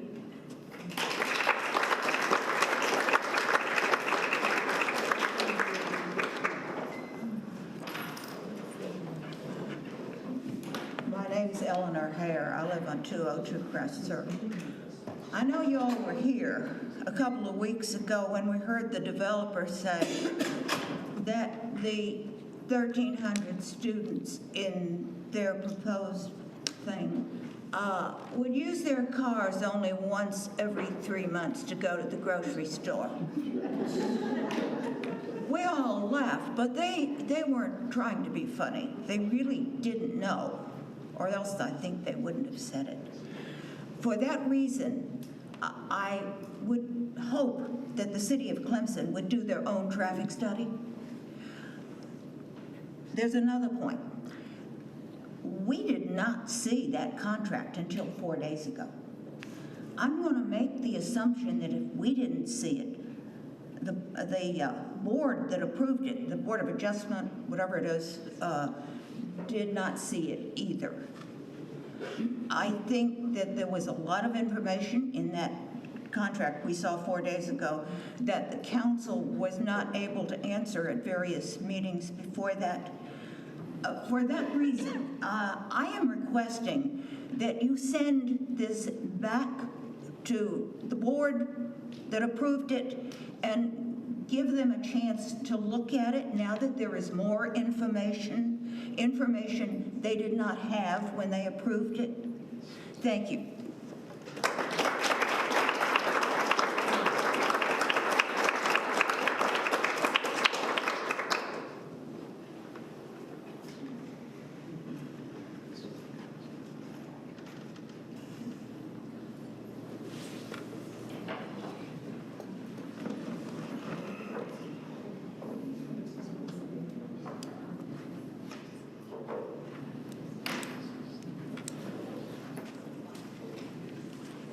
Thank you, council members, for doing what you do. I think this is a very difficult position that you guys are in, and I actually like how you run our meetings. You're very respectful to all of us, and I thank you for that. I think we're having like a love-hate relationship with Clemson. We watch the football, we watch them play basketball, we love them, but we're starting to hate them as well because of what's happening to our city. And I think the honeymoon between Barker and Abernathy is kind of fading out, and so we're in a sticky place right now. Town and Gown is turning into almost like a town and gown. So I love university, I love what you're doing to help us. So there's a lot of great things happening with the university. I looked over the video from a month ago, and I'm giving you the top 10 David Letterman style of why we should not vote for the hub. Top 10, gentrification, affordable housing versus destructive dormitories. We know what's going to happen with the runoff, but as you were saying, $60 million profit is what Carrington said they're going to have with this. Below it, 5 stories, maybe 900 instead of 1,000, 1,300. Maybe they made 40 million. There's a lot of greed there. If this has to go through, let's make it a little bit smaller. A tsunami of concrete. It's happening. The 7 stories is going to block out the sunlight from Abernathy Park, and it's going to be it's going to be like being in a valley. They want to have a dynamic gathering space. And you think about the fall and the leaves, the kids jumping into the fall with the leaves. What I see is college students with a stack of blue, empty Bud Light jumping into them. We're going to have beer cans in many places throughout that area. The scale and footprint, which our architect said, I think that was one of the biggest points I came up with last month. I'm from New York. The Empire State Building block is very big. And I'm going to go to 3. Grow or die is what people think about Clemson. If we go too big, we don't have the resources. Our soul, Clemson's soul will die if we grow too much. The hub, they're going to put 241 residents per acre. Clemson has 6.6 residents per acre. Density too high. And number one, President Clemens' father and brother, the Smith, they own the LLC. It's not insider trading, but is it in-law shading? And that's the way I see it.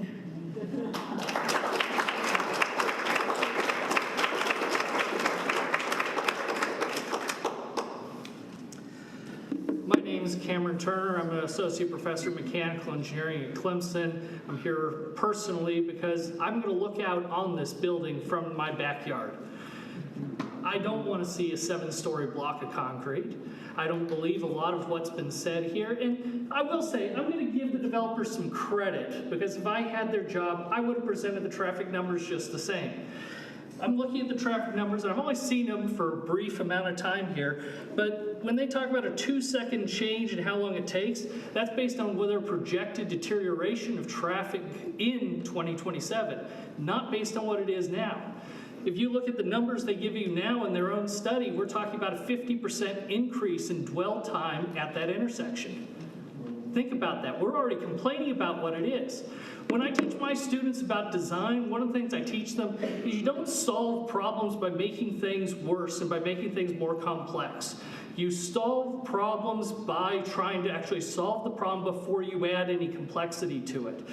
We all agree here that there is a massive traffic problem. It's not all about the students. We understand that. But this is not going to help solve the problem. It's going to exacerbate the problem and make it even more difficult for us to ultimately solve. It's going to take away a lot of what's special about Abernathy Park. It's going to drive residents like me. When I moved here a decade ago, I used to go downtown. I don't go downtown anymore, at least not while the students are there, because it's overrun. I'm not going to go to the hub, no matter what businesses are in there, because it's going to be overrun by the 1,300 residents there.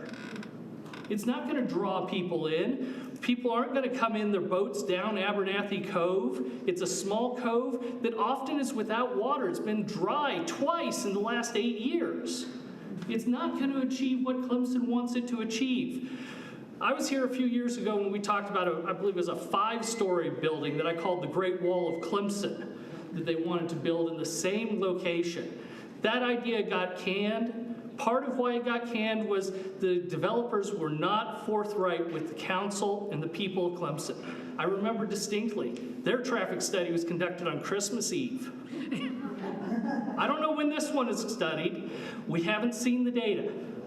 But I'm dubious about what's coming from the developers. Thank you.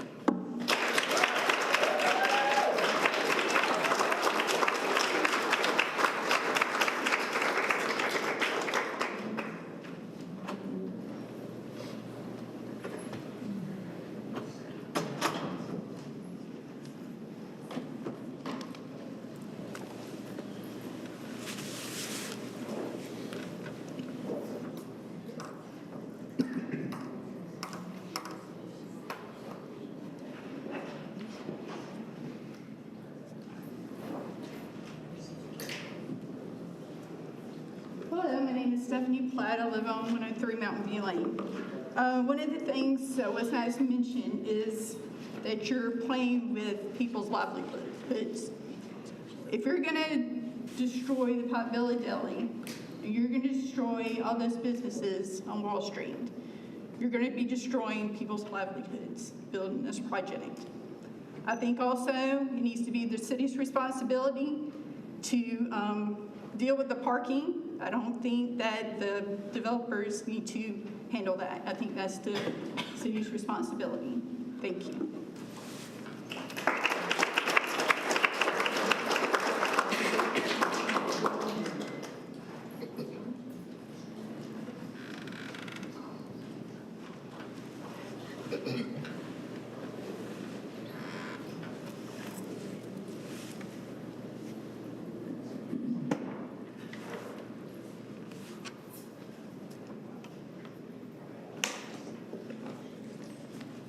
Nancy Spittler, I live at 210 Edgewood.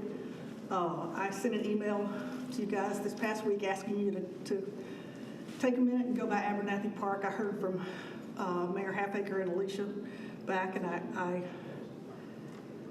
I hope you did that, because last week I stood there and I looked from one of the parking places in Abernathy Park up the hill, and imagined what 7 stories, massive building was going to look like, what was going to do to that. And however we spin this development turns Abernathy Park into an amenity of an apartment complex.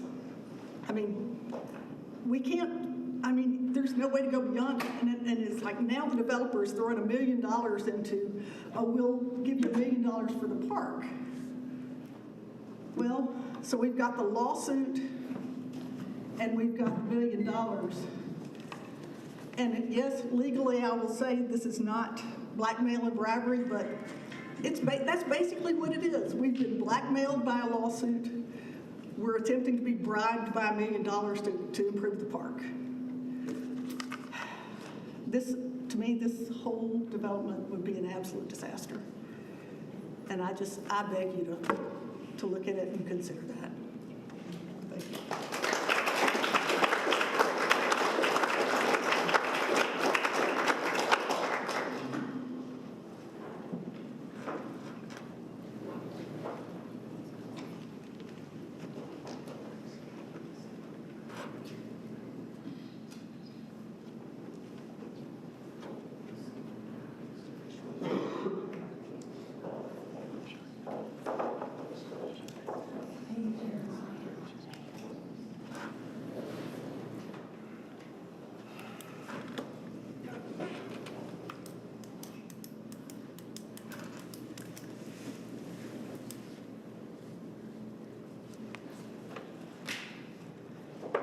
Good evening, everyone.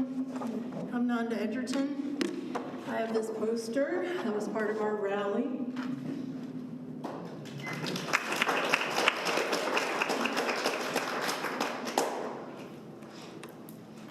So I just have a comment. Apparently I sent in my comment, but I missed the deadline, so I'm just going to read it. I know that y'all have, our council, our mayor, y'all have a very difficult job. There's no doubt, a lot going on.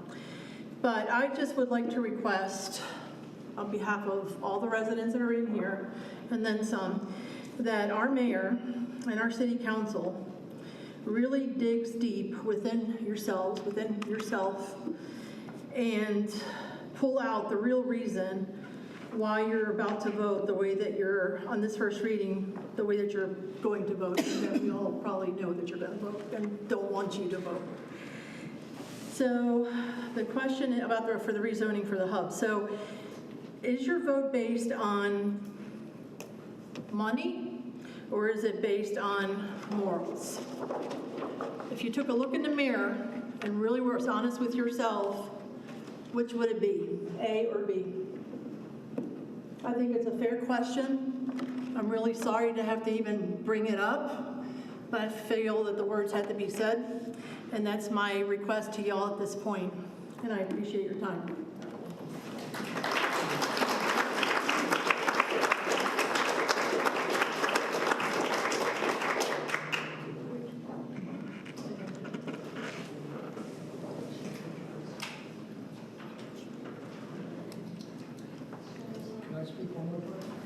Unless council authorizes a second time, that would be up to the council.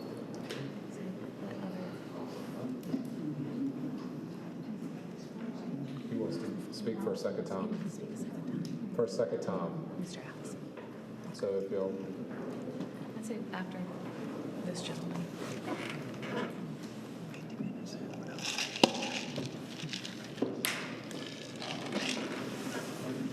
Hi, I'm Tim Dunbar. I live at 103 Lewis Road, Clemson. Thank you, Mayor, for talking with me on Friday. And as the previous lady said, you guys have a tremendous responsibility. You didn't run to council to get rich, unlike some of our national politicians. But the thing that concerns me is, I've heard through various sources that the university, they're increasing their population by 2% a year. And it's not upon the city of Clemson to be responsible to house those students.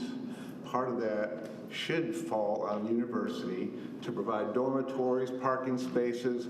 We're still going to have the traffic because students after class like to run downtown and like in everything. So the thing we have to, ask ourselves is, are we responsible to the citizens of Clemson in the fact that we're going to try to house all of their students that they refuse to do? And I think that's a valid question that y'all need to, like in their town and gown exchange, to find out, why aren't you building a dormitory to house all these 2,000 freshmen that you bring in each year that they're currently housing, but after that they kick them out into the community?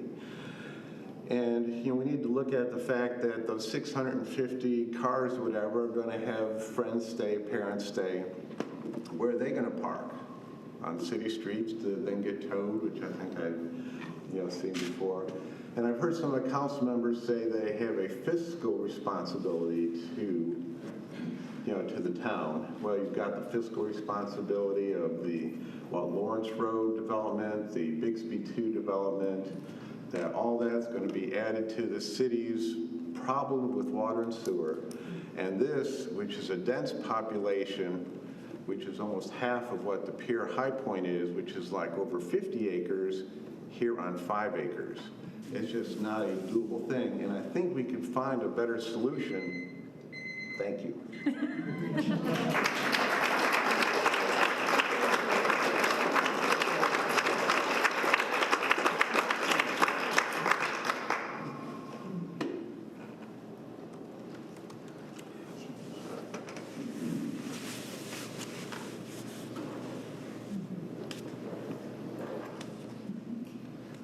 Thank you again for giving me time to speak.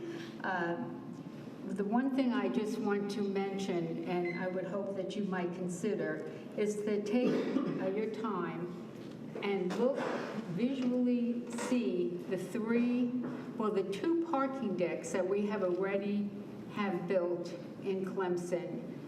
The one that you look at when you're walking along the paths in Abernathy Park, at the Bixby, which is this burgundy and yellow, whatever the color is, monstrosity that's sitting there, and then the one on Riggs Road.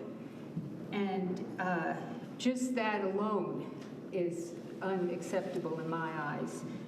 The other thing is, if you notice the glossy pictures we've seen of the proposed hub, but I haven't seen any glossy picture of the parking deck with the view from College Avenue that we're going to have over 7 stories high, whatever it is, that will be the attractive look when we look down College Avenue, when you look over to your right coming from 123 and see another one of these monstrosity parking decks. And that's all I have to say. Just visualize. Thank you.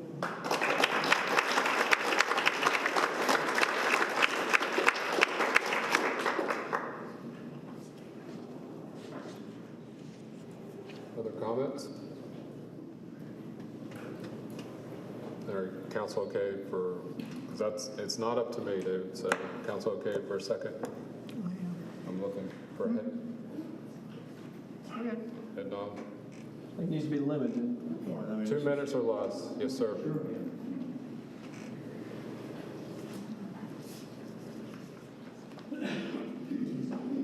Of course, I've served on several commissions in this city, and in my opinion, this city should be expecting the highest possible standards of any development project. We've accepted the lowest possible standards of most of the projects that have happened in this city, big scale projects over the last few years. We should be a model of projects that optimize sustainability, deal with environmental impact, are compatible with the scale and use of places in this city, that honor the plans that we commission people to study and develop for us. And we should be absolutely a community that represents the highest possible standards. And I firmly believe, as an architect, as someone who's studied urban design and healthy community design, this will set a new low standard for the Clemson, city of Clemson. Thank you.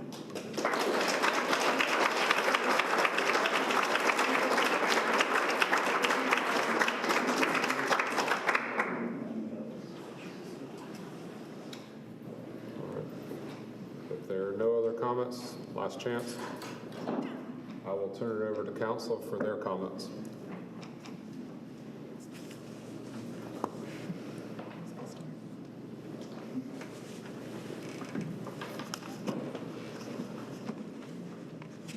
I'll start.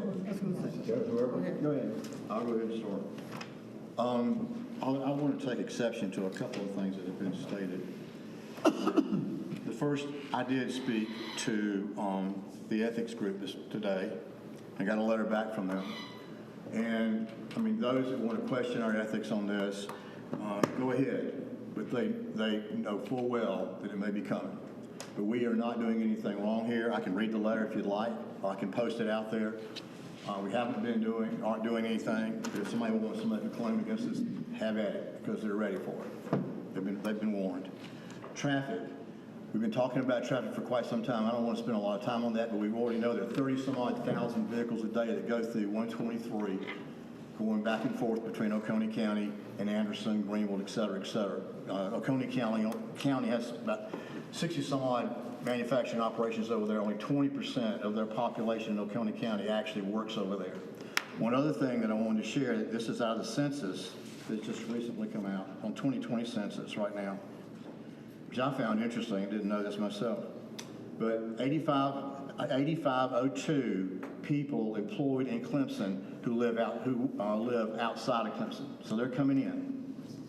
3,357 people live in Clemson and are employed outside of Clemson. So that adds to the traffic. So now we're sitting right at 12,000 additional cars. And then you got, this is interesting too, 1,374 people who live and work in Clemson. That's a small number, but they're still on the road. So that's another 14,000 vehicles. So now we're approaching 50,000 cars before we even talked about the students. So we can't blame traffic on the students. And no, they don't go to the store once every 3 months. I don't know who thought that. But they go to the store probably once or twice a week, and sometimes they go together. I mean, I've seen them at Publix doing that. But I do know, because I live on Riggs Drive, live downtown. The majority of the kids you see are walking somewhere, mostly coming to class or whatever the case may be. I suspect they do drive on bad days, rainy days, but the red bus and the gold bus go through there, and we're approaching 1 million riders a year on the bus, and we can add more if we need to, and we're actually getting more buses. So I think we are taking care of that, or certainly doing that. As far as my vote and everything is concerned, I wish people would just give this thing an opportunity.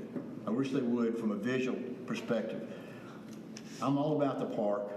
I was always about the park. If you go back and look when I ran in 2018, there's a picture of me standing on Kiwi Trail looking like that.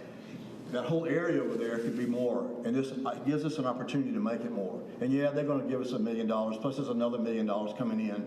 And at the end of the day, I think when it's all said and done, those of us that live long enough will see a park and an area down there will be something special when we finally get there. But lastly, I don't know, a lot of you, I recognize your faces. You were at the Conversations with Council that was held several weeks ago, and I made it perfectly clear where I stood about this. And Tim, yeah, I'll use the word fiduciary, okay? But I feel, while I got a responsibility to you guys because you voted, some of you voted for me, maybe many of you voted for me, but I also have a responsibility to this city. And right now, I feel like, from a fiduciary standpoint, I have to vote yes for this project. Because at the end of the day, a no vote has a real chance of being devastating to this community to a point that you have no idea how bad it could be. And so that's how I'm going to vote. Shake your head if you want to. Thank you. I don't quite have your anger and defensiveness about this because I'm just hurt. But I will say something about the student population, which is the reason that Core Spaces is coming down here, and they will have dominion over the prices of apartments. So let's talk about the students. We traffic in students. Everybody wants their piece. Core Spaces wants their piece. They have investors coming in. They have a $233 million loan, and they are building in Knoxville and Athens and here. Why? Because according to the census, lots of other states are going about to see a 15% population decline. And so they're going to have to be here. This is where they have to make money. And they have to make a lot of money because that's the vertical they're in. If you read, I've never read so much about the Wall Street Journal as I have in the past month, but that's what this space is. It is about profit because they can make it off students. So yeah, it's easy for us to make fun of students, it really is, but remember, that is why your taxes are low, and it is why we have some of the things we have. Now, I'm not saying that's what, I'm not in favor of this project, not one bit of it. But I will say that that's what we do. And so be aware of that. The next time that we all make some flippant comment about students around, they're paying the bills. They're paying impact fees for new water pipes. They're paying for roads. They're paying. Students will always pay. And we take advantage of that. We take advantage of the least among us, and we take advantage of those who are not here because they can't be here. They got class, they got other stuff. And they're not voting because they're not residents. So be aware of that. The next time you think that every student has rich parents, I had this argument the other day, please be aware of that. And part of the reason I'm against this project is because it's just going to drive up rent another 10, 15%. They will control the market of over 8,000 beds in this area. They bought Clemson lofts, I believe, and so they will have over 4,000 beds at the pier and then 1,324 beds here. And I doubt their acquisition period is over. So that's one of the things too, is there, in a way, it is really sad because student housing is not what it was when any of us were in school, except maybe Allie. It is just as corporate as anything else. And this makes me really, really sad because you guys have come here and you've shown up. And I worry that given the attitude here is that you won't show up again because you're going to hear that not much matters. Next time we ask for you to participate in a next project or the comp plan, why would you show up if nobody's going to listen to you? And that's the sad part. We need people to participate. And it absolutely breaks my heart that this is going to happen. But I want you to remember that when you, I'm guilty of it too, by the way. I'm guilty when I see Alexis in the Parklets parking lot and an 18-year-old gets out of it. I've got the same comment, we all do. But remember that we are here in a lot of different ways because of our students.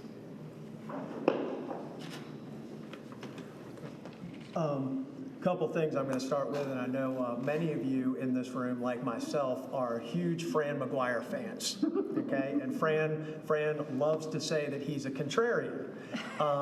And one of the things that I learned from Fran, who is a mentor of mine and a friend, and he's going to completely disagree, not with that and nice things I'll say about Fran, but one of my jobs as a council member is that oftentimes when the people who show up and the people who in this room and those kind of things, one of the things that Fran would typically do from time to time is, who am I not hearing from? And that's how part of my responsibility as a council member is to see who I'm not hearing from. I'm a bit of a contrarian myself, so I like to do that. So I've taken it upon myself, and as I say this, I also want you to know that none of us take this lightly. This decision has been weighing heavily on all of us in many ways.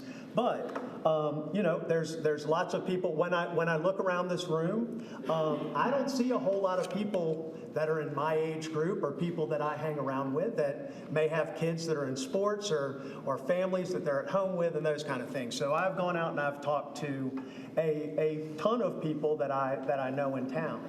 And by and large, most people with kids, I have heard just as much, I'm okay with this. I understand it's someone else's property. There are property rights that they have. Development and change occurs in a community. People that are excited about the possibility of a new, much improved, expanded Abernathy Park. So again, I've got to weigh all that. And if we only ever just listen to the people who show up in front of us, as much as you all, I hear broad statements of the entire community doesn't want this. That's just patently not true, first of all. And in this room tonight, there's less than 100 of you who have shown up in a community of 17,000. That's not representative of the entire community, which is, again, why we have the responsibility to talk to more people.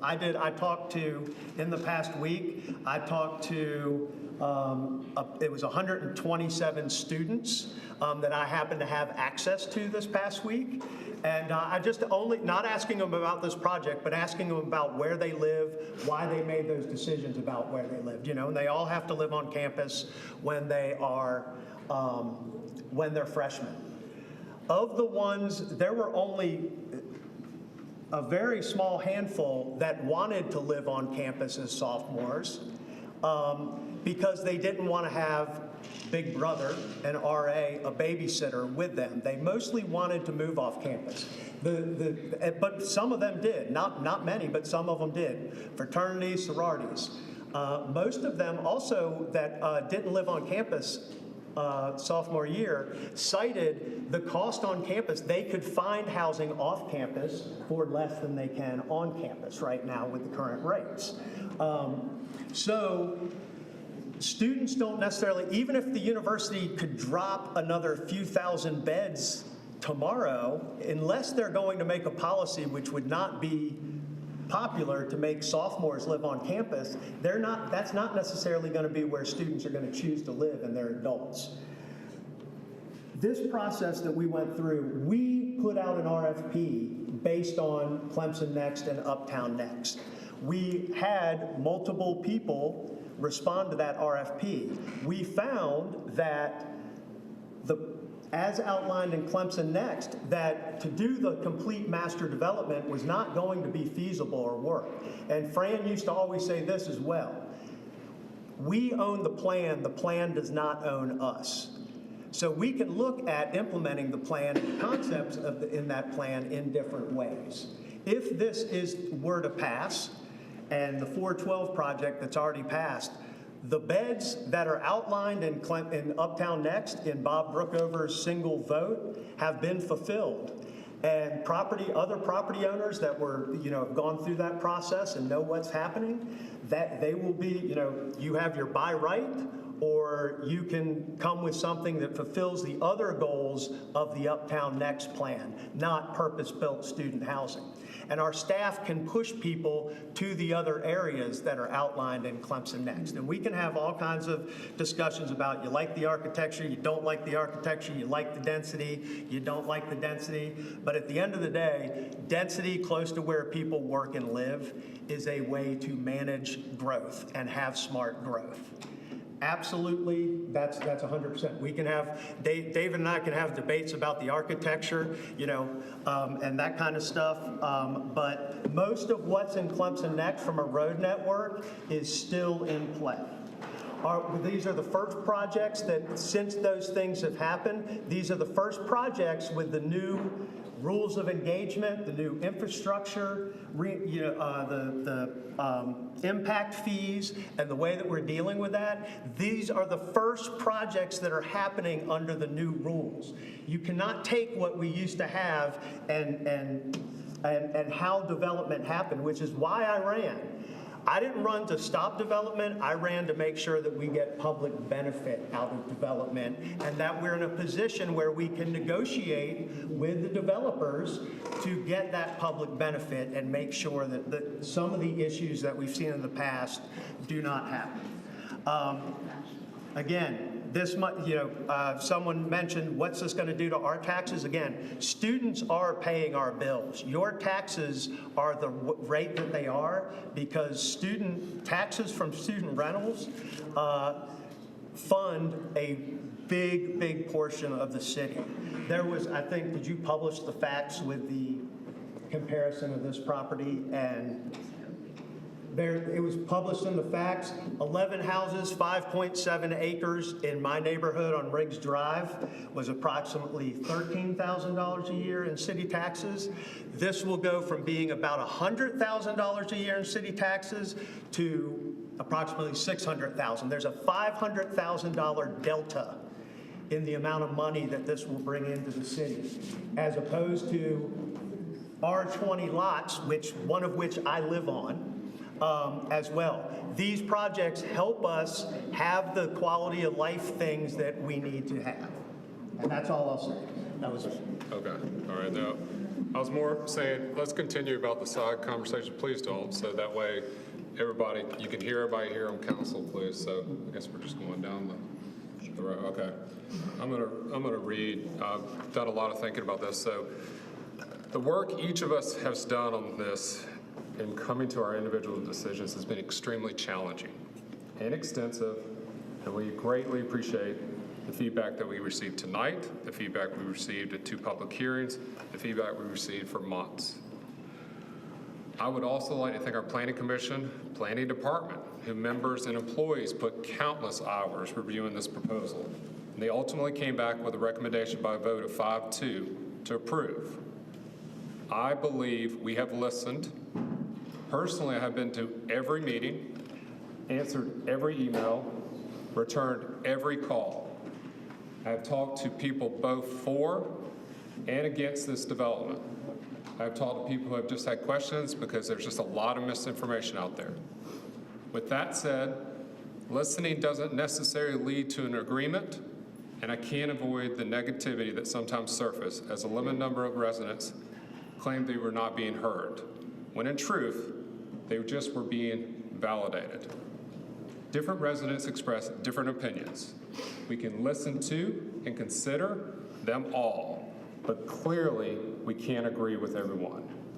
I believe we have worked diligently to follow our oath of office, which states, we will use our best endeavors to preserve the peace and carry into effect according to the law the purposes which we've been elected.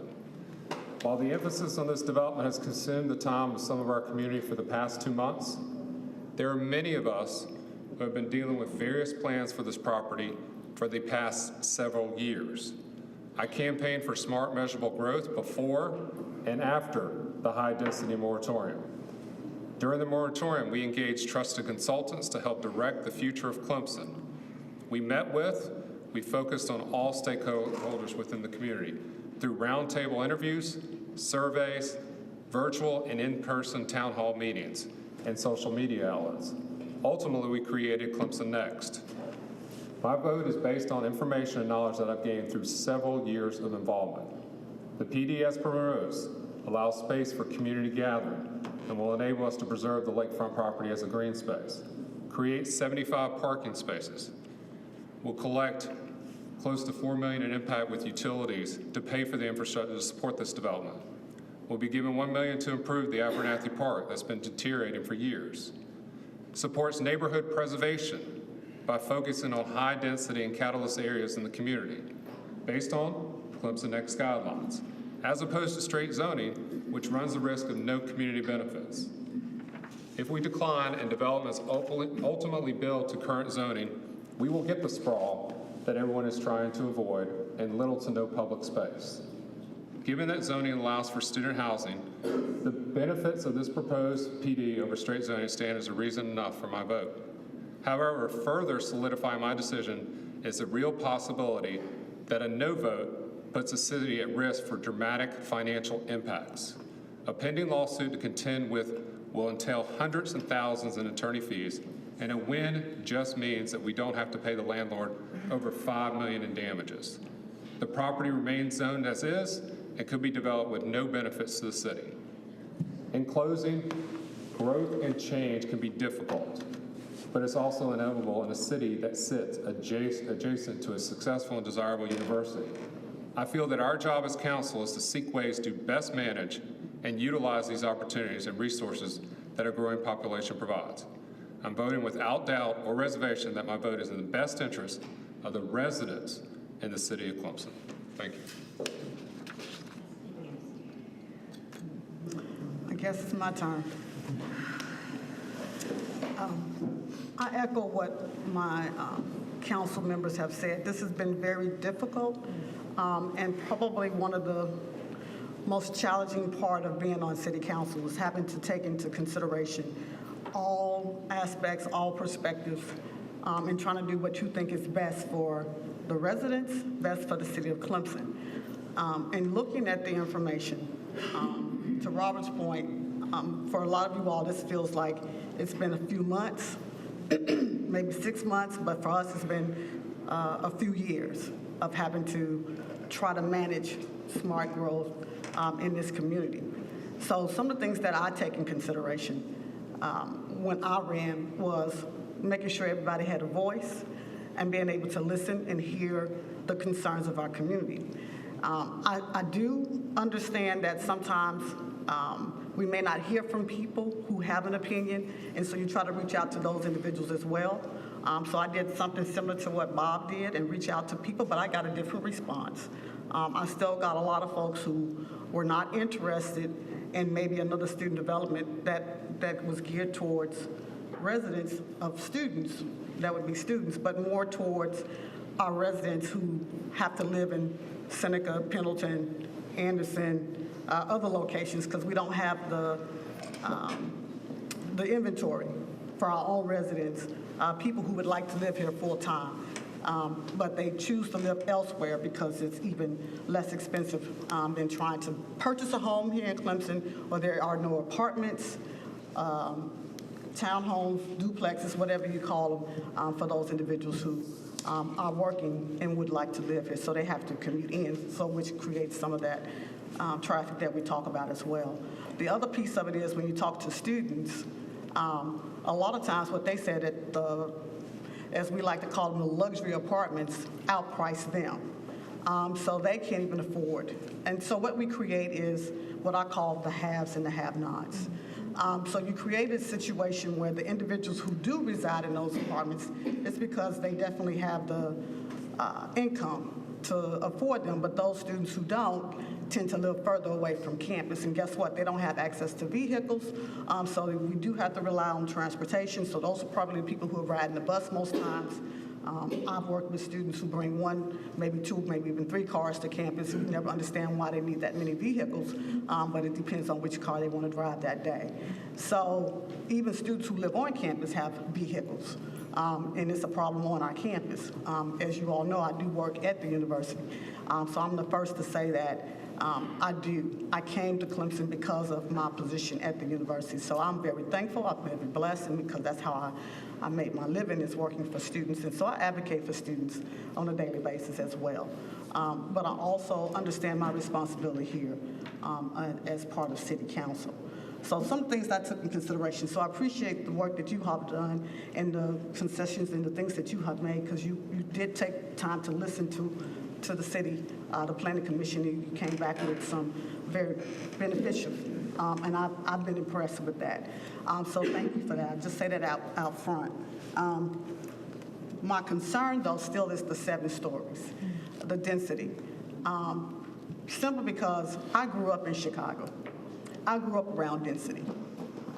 And I can tell you it's no fun growing up around density because people live on top of each other. And so that's what we're asking students to do, is live on top of each other. It just takes away, and I know that's the way to make the mess economically, it makes sense, but it also creates problems, things that we don't foresee, that I have lived and I can foresee. Just being in complexes with that many stories, that many people on top of each other. Also, when we talk about the amenities, so I do agree this gives us opportunities, but who's really going to take advantage of those amenities? That's the other part that I still have some concerns with. So when I have to make my vote, I have to consider the impact that it has for our residents. I love our students, I do, but we have plenty of things for them to do on campus, in the community, at the university. We have a Brooks Center, we have the Hendricks Center, we have the green space, we have the amphitheater, we have all those things on campus. But what do we have here at the university, in the city, that will not be revolving around a student population? So if we build that, if there's not a way to balance that, which is what I was hoping for and would be willing to work towards, because I like your concept, but I just think it needs to be more balanced. And with that balance, so that we can make sure that our residents have something, those type of amenities that our students have, but it would be for our residents only. And they would actually go to these places, because honestly, be fair, people are not going to go places where there's a large student population, because it's not their generation, it's not the age group, it's not that they don't like students, but it's just not the same vibe. And so people won't necessarily go there. So it really will be something just probably for the summer, maybe, because if it's 9 months, but then who's gonna live in these complexes the other 3 months? So then how do you know, is it gonna be empty, vacant, whatever the case may be, if we're talking about 9-month contracts. So those are some of the things that I take in consideration. Also, the vision for what I was hoping and looking for when we talked about Clemson Next, because we did have that more engaged process. And to Catherine's point, I do hope you all do stay engaged, because your input is so important, because with Clemson Next, we didn't have 17,000 people participate. We had a small number of people, and we still use that feedback and listen to those individuals. So I don't think it's necessarily fair to say we don't have 17,000 voices, but the voices who do make it known, we should listen to some of those voices and take that in consideration, because they're taking the time to be heard, to be present, to make it known. So you have to take that in consideration. So when we talk about those, I think about places like, you know, maybe it's just a dream and a pie in the sky, but if we think about, you know, Greenville, you know, Falls, the pier there, or walking down where you see the restaurants, the retail, and just entertainment, arts, all the things that you get to do. If you go to Savannah, you walk down the boardwalk there. It's just so much to see, so much to do. You may have some residents around it, but it really is a destination where people really come and they enjoy. There's opportunities for us to develop that and do some really great things. We just have to think outside the box and not necessarily always rely on, to Catherine's point, the students to pay that bill. So for me, that's where I have to make that decision. In terms of, I think, you know, when folks talk about whatever the impact it's going to have, residents believe we make decisions based off of whether we are being forced, morals, money, whatever the case may be. I would say that all of my colleagues have taken the time to try to make the best decision possible. So I would trust that they make the decision, and I believe that they have, is making decisions that they feel is best for the city. So regardless of what we think about the morals or the money, it's what they think is best for the city. And so I hope that that's what you believe that I will also do, is make a decision that I think is best for the city. So if I had to say what my vote would be, is I would not vote for the development as it stands right now. I think there needs to be more engagement in terms of more vision and more impact that our residents truly can gather. And it's not just about parking and the retail, but even possibly about living.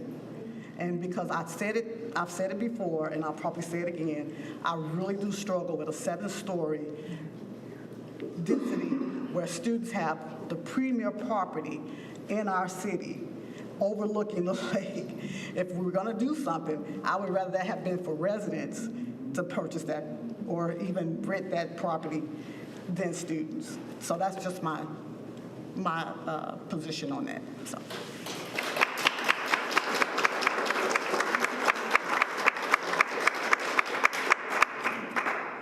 I respect everybody up here and was part of the Clemson Next on the other side. I used to be the squeaky wheel sitting in the audience, and that's why I was asked to run, because people agreed with my opinion and what I was saying then. So I'm not going to change that now. I don't think that you guys take this lightly either. You've invested hours and hours and lots of travel, and thank you for that. I just don't think that your project is right for that spot. I think my biggest problem is the 7 stories, which I think I said to you the very first time you came.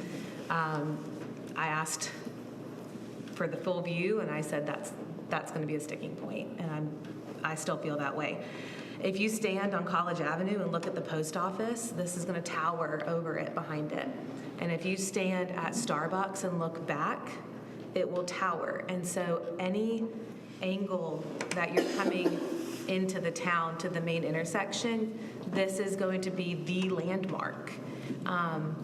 And it's not an ugly building, what you guys have done. You've listened to feedback, and I think that the last version of the PD that you presented today is like the best case scenario, right? You've given a lot and listened. I just still don't think that this is for Clemson.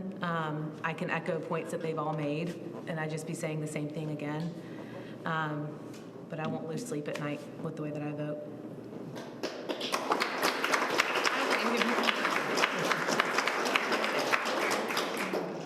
It's all around the horn, and thank everybody for the comments. It's been good, and I won't relitigate it and won't try not to rehash a lot of things.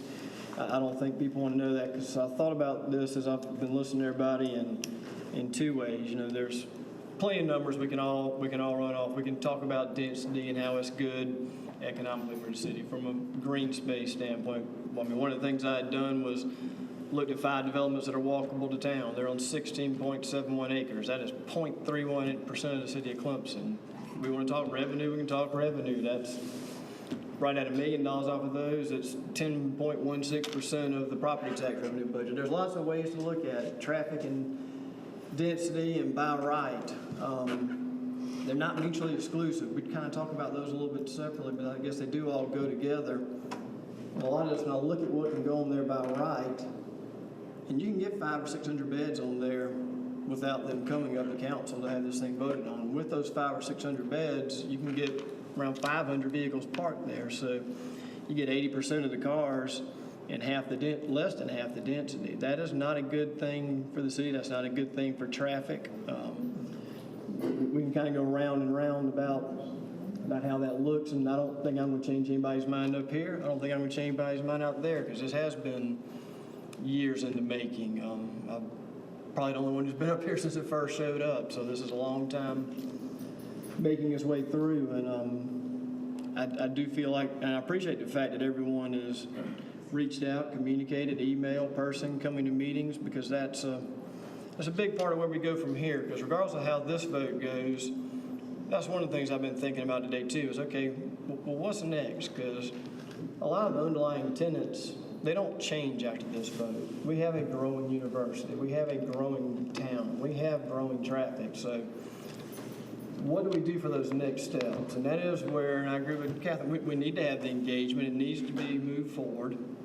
I hear a lot of the comments that talk about it in terms of Clemson University. And that, unfortunately, is not, so we can engage them, but we don't make decisions about their growth or their land use, whether it be for housing, whether it be for remote parking that could help alleviate some of this. That's not something that we get to do, but we will stay engaged with it. And so I kind of like, so how do we get here with them? Well, they've been growing for years, and I would dare say most of us in this room are here because of that growth, whether jobs or jobs for support businesses or things that are related to it. That's what brought us in here. And there's a lot of good things that have come from that. We've got, for a town of 17, just under 18,000, we have a lot of vibrancy and a lot of opportunities that are not in other places. When I look at the university, we had the fire chief here. I mean, our public safety is phenomenal for this area, sharing the fire service with those guys. Our police department there, people can work together. We talk about the radios, the communications, transit that would probably not be imaginable without the partnership there.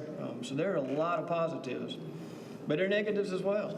And that is where we need you to engage, because I feel like, it's not just coming to City Hall, but it's going to Sykes Hall as well, because they're a public university. They're growing on a percentage number, on a growing number every year, and there is no end point in sight on that. Help convey that message.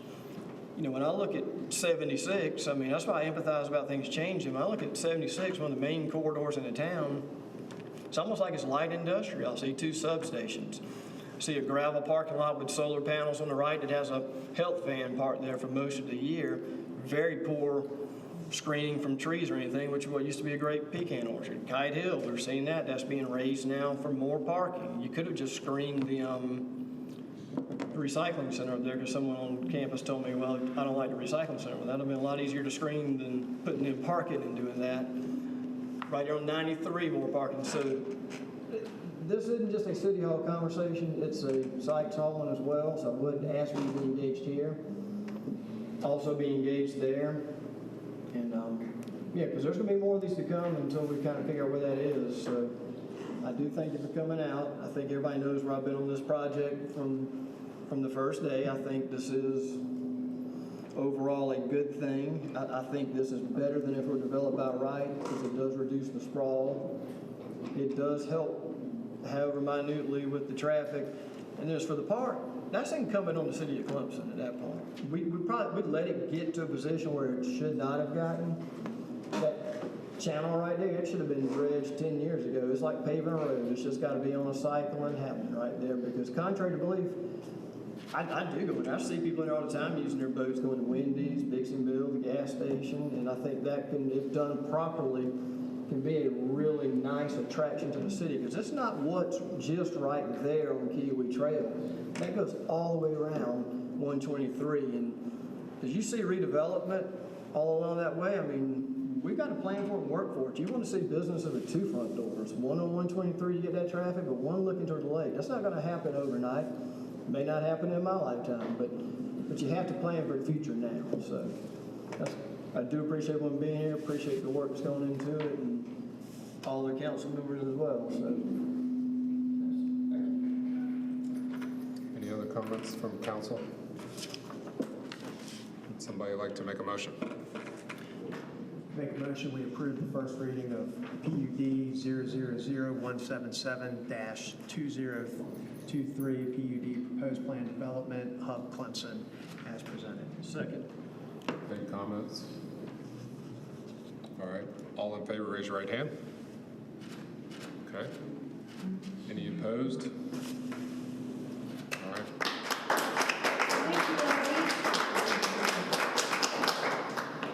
So before we go to other policy items, I will let, if anybody, we're very conscientious of family time. If you want to leave, I'm not going to take a break. We're just going to hold off for about 2 minutes.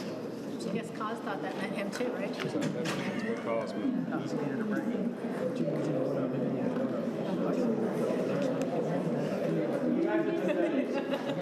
just the trick. I did the analysis. How are you?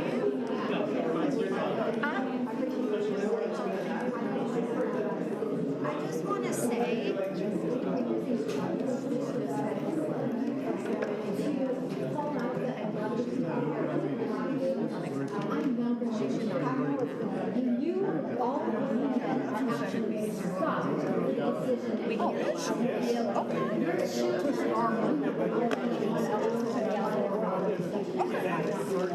Okay, that's great. All right.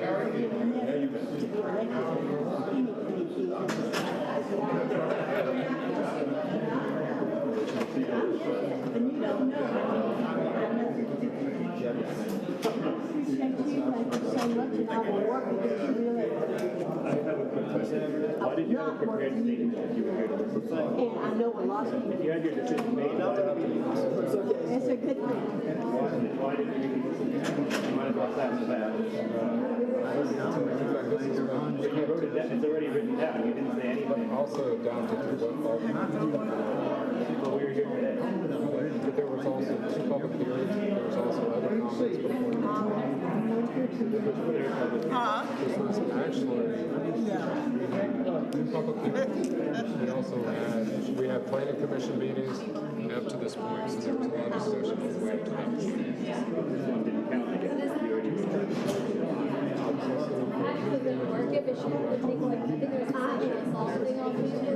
She has me to work more. You guys are not serving on places. I want to know how much money you made. I don't mind. I don't know.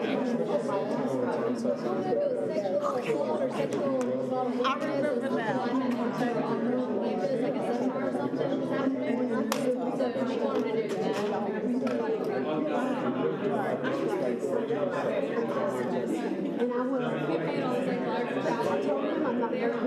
Well, I appreciate you all coming, and I will continue to respond, and you just never know.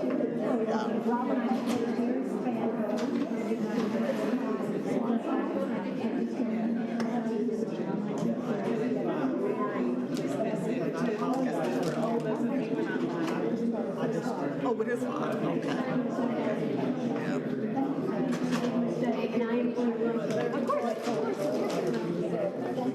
You're welcome. What I believe to be free. Thank you. You were pretty too.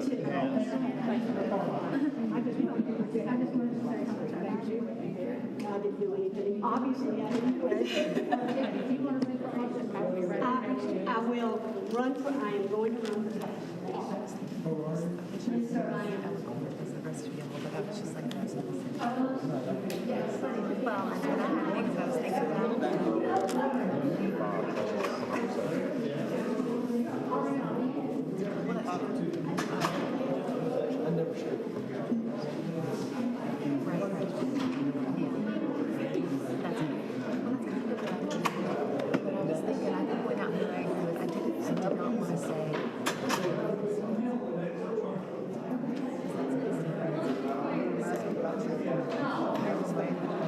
I said, I heard him ask about your prepared statement.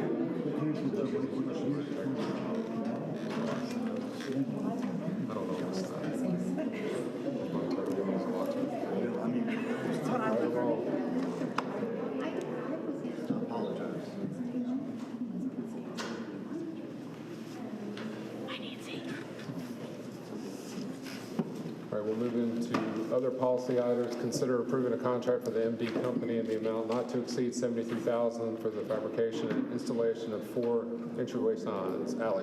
Thank you. Probably a year and a half ago, Mayor Halfacre, Andy, and I went to the Pickens County Council meeting about ways we could partnership, and one of the ways that came up was to do 2 joint entryway signs at our locations at 123, the bridge, and on 76. And so it's been a long time coming. We finally got to a place where both the city and city and county agreed on a design, and we put it out for bid, and we received 5 bids, and the low bid was MD Company, who the city has done business with before. They installed the sign currently out front. So we had budgeted $55,000 in city funds for the 4 signs, and our total would come to $54,750, and the county's portion would be $18,250 for a total of $73,000. I have a question. There was also a conversation to put the signage on the crosswalk bridges. Oh, yeah. Was it, obviously this is not part of that. Is that something that we're going to continue to pursue? Yes, when we talked with DOT at our last meeting, they said we couldn't do like the chain link fence, a full design, but we could do like a seal or an emblem. Right. So we are still working on that. It's just not part of this project. Questions, comments for Ally? Do we have mock-ups on what those are going to look like? Are they in that? It was Sorry. included Okay. in the packet. I was distracted. Sorry. I stopped reading. Here you go. Oh, that's beautiful. So that's the city one that will go on the Issaquena Trail exit and on Pendleton Road. Nice. And if you'll scroll down. That would be the joint one. Those are very nice. Looks good. Yeah. Good. Love it. Like that. Any other questions?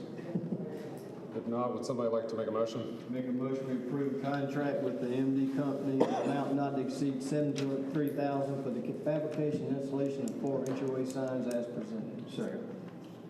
Any other comments, questions? All in favor, raise your right hand. Thank you very much. Next is consider awarding the Holly Avenue Stormwater Project to Foothills Contracting Services Nathan for $184,549. Yes, sir. Good evening. The Holly project, we received bids from several contractors. Foothills Contracting came in a little bit, came in actually significantly lower than what we had budgeted, so we came back with them and negotiated within the scope of the contract for the same items, just increasing quantities for the total amount. If y'all have any questions, we can answer. I guess I should also say, Foothills is hoping to start early May. The city has some preparation work that we're going to do ahead of time. We're hoping to move in the next couple of weeks for that. Questions or comments for Nathan? Public? Have we worked with them before? Yes, many times. I thought the name sounded familiar. All right, would somebody like to make a motion? Make a motion, we approve awarding the Holly Avenue Stormwater Project to Foothills Contracting Service LLC for $184,549 as presented. Second. Okay. Any comments? All in favor, raise your right hand. All right, thank you all. very much. Thank you, Nathan. Have a good evening. Next is Mayor Council reports, comments, new business.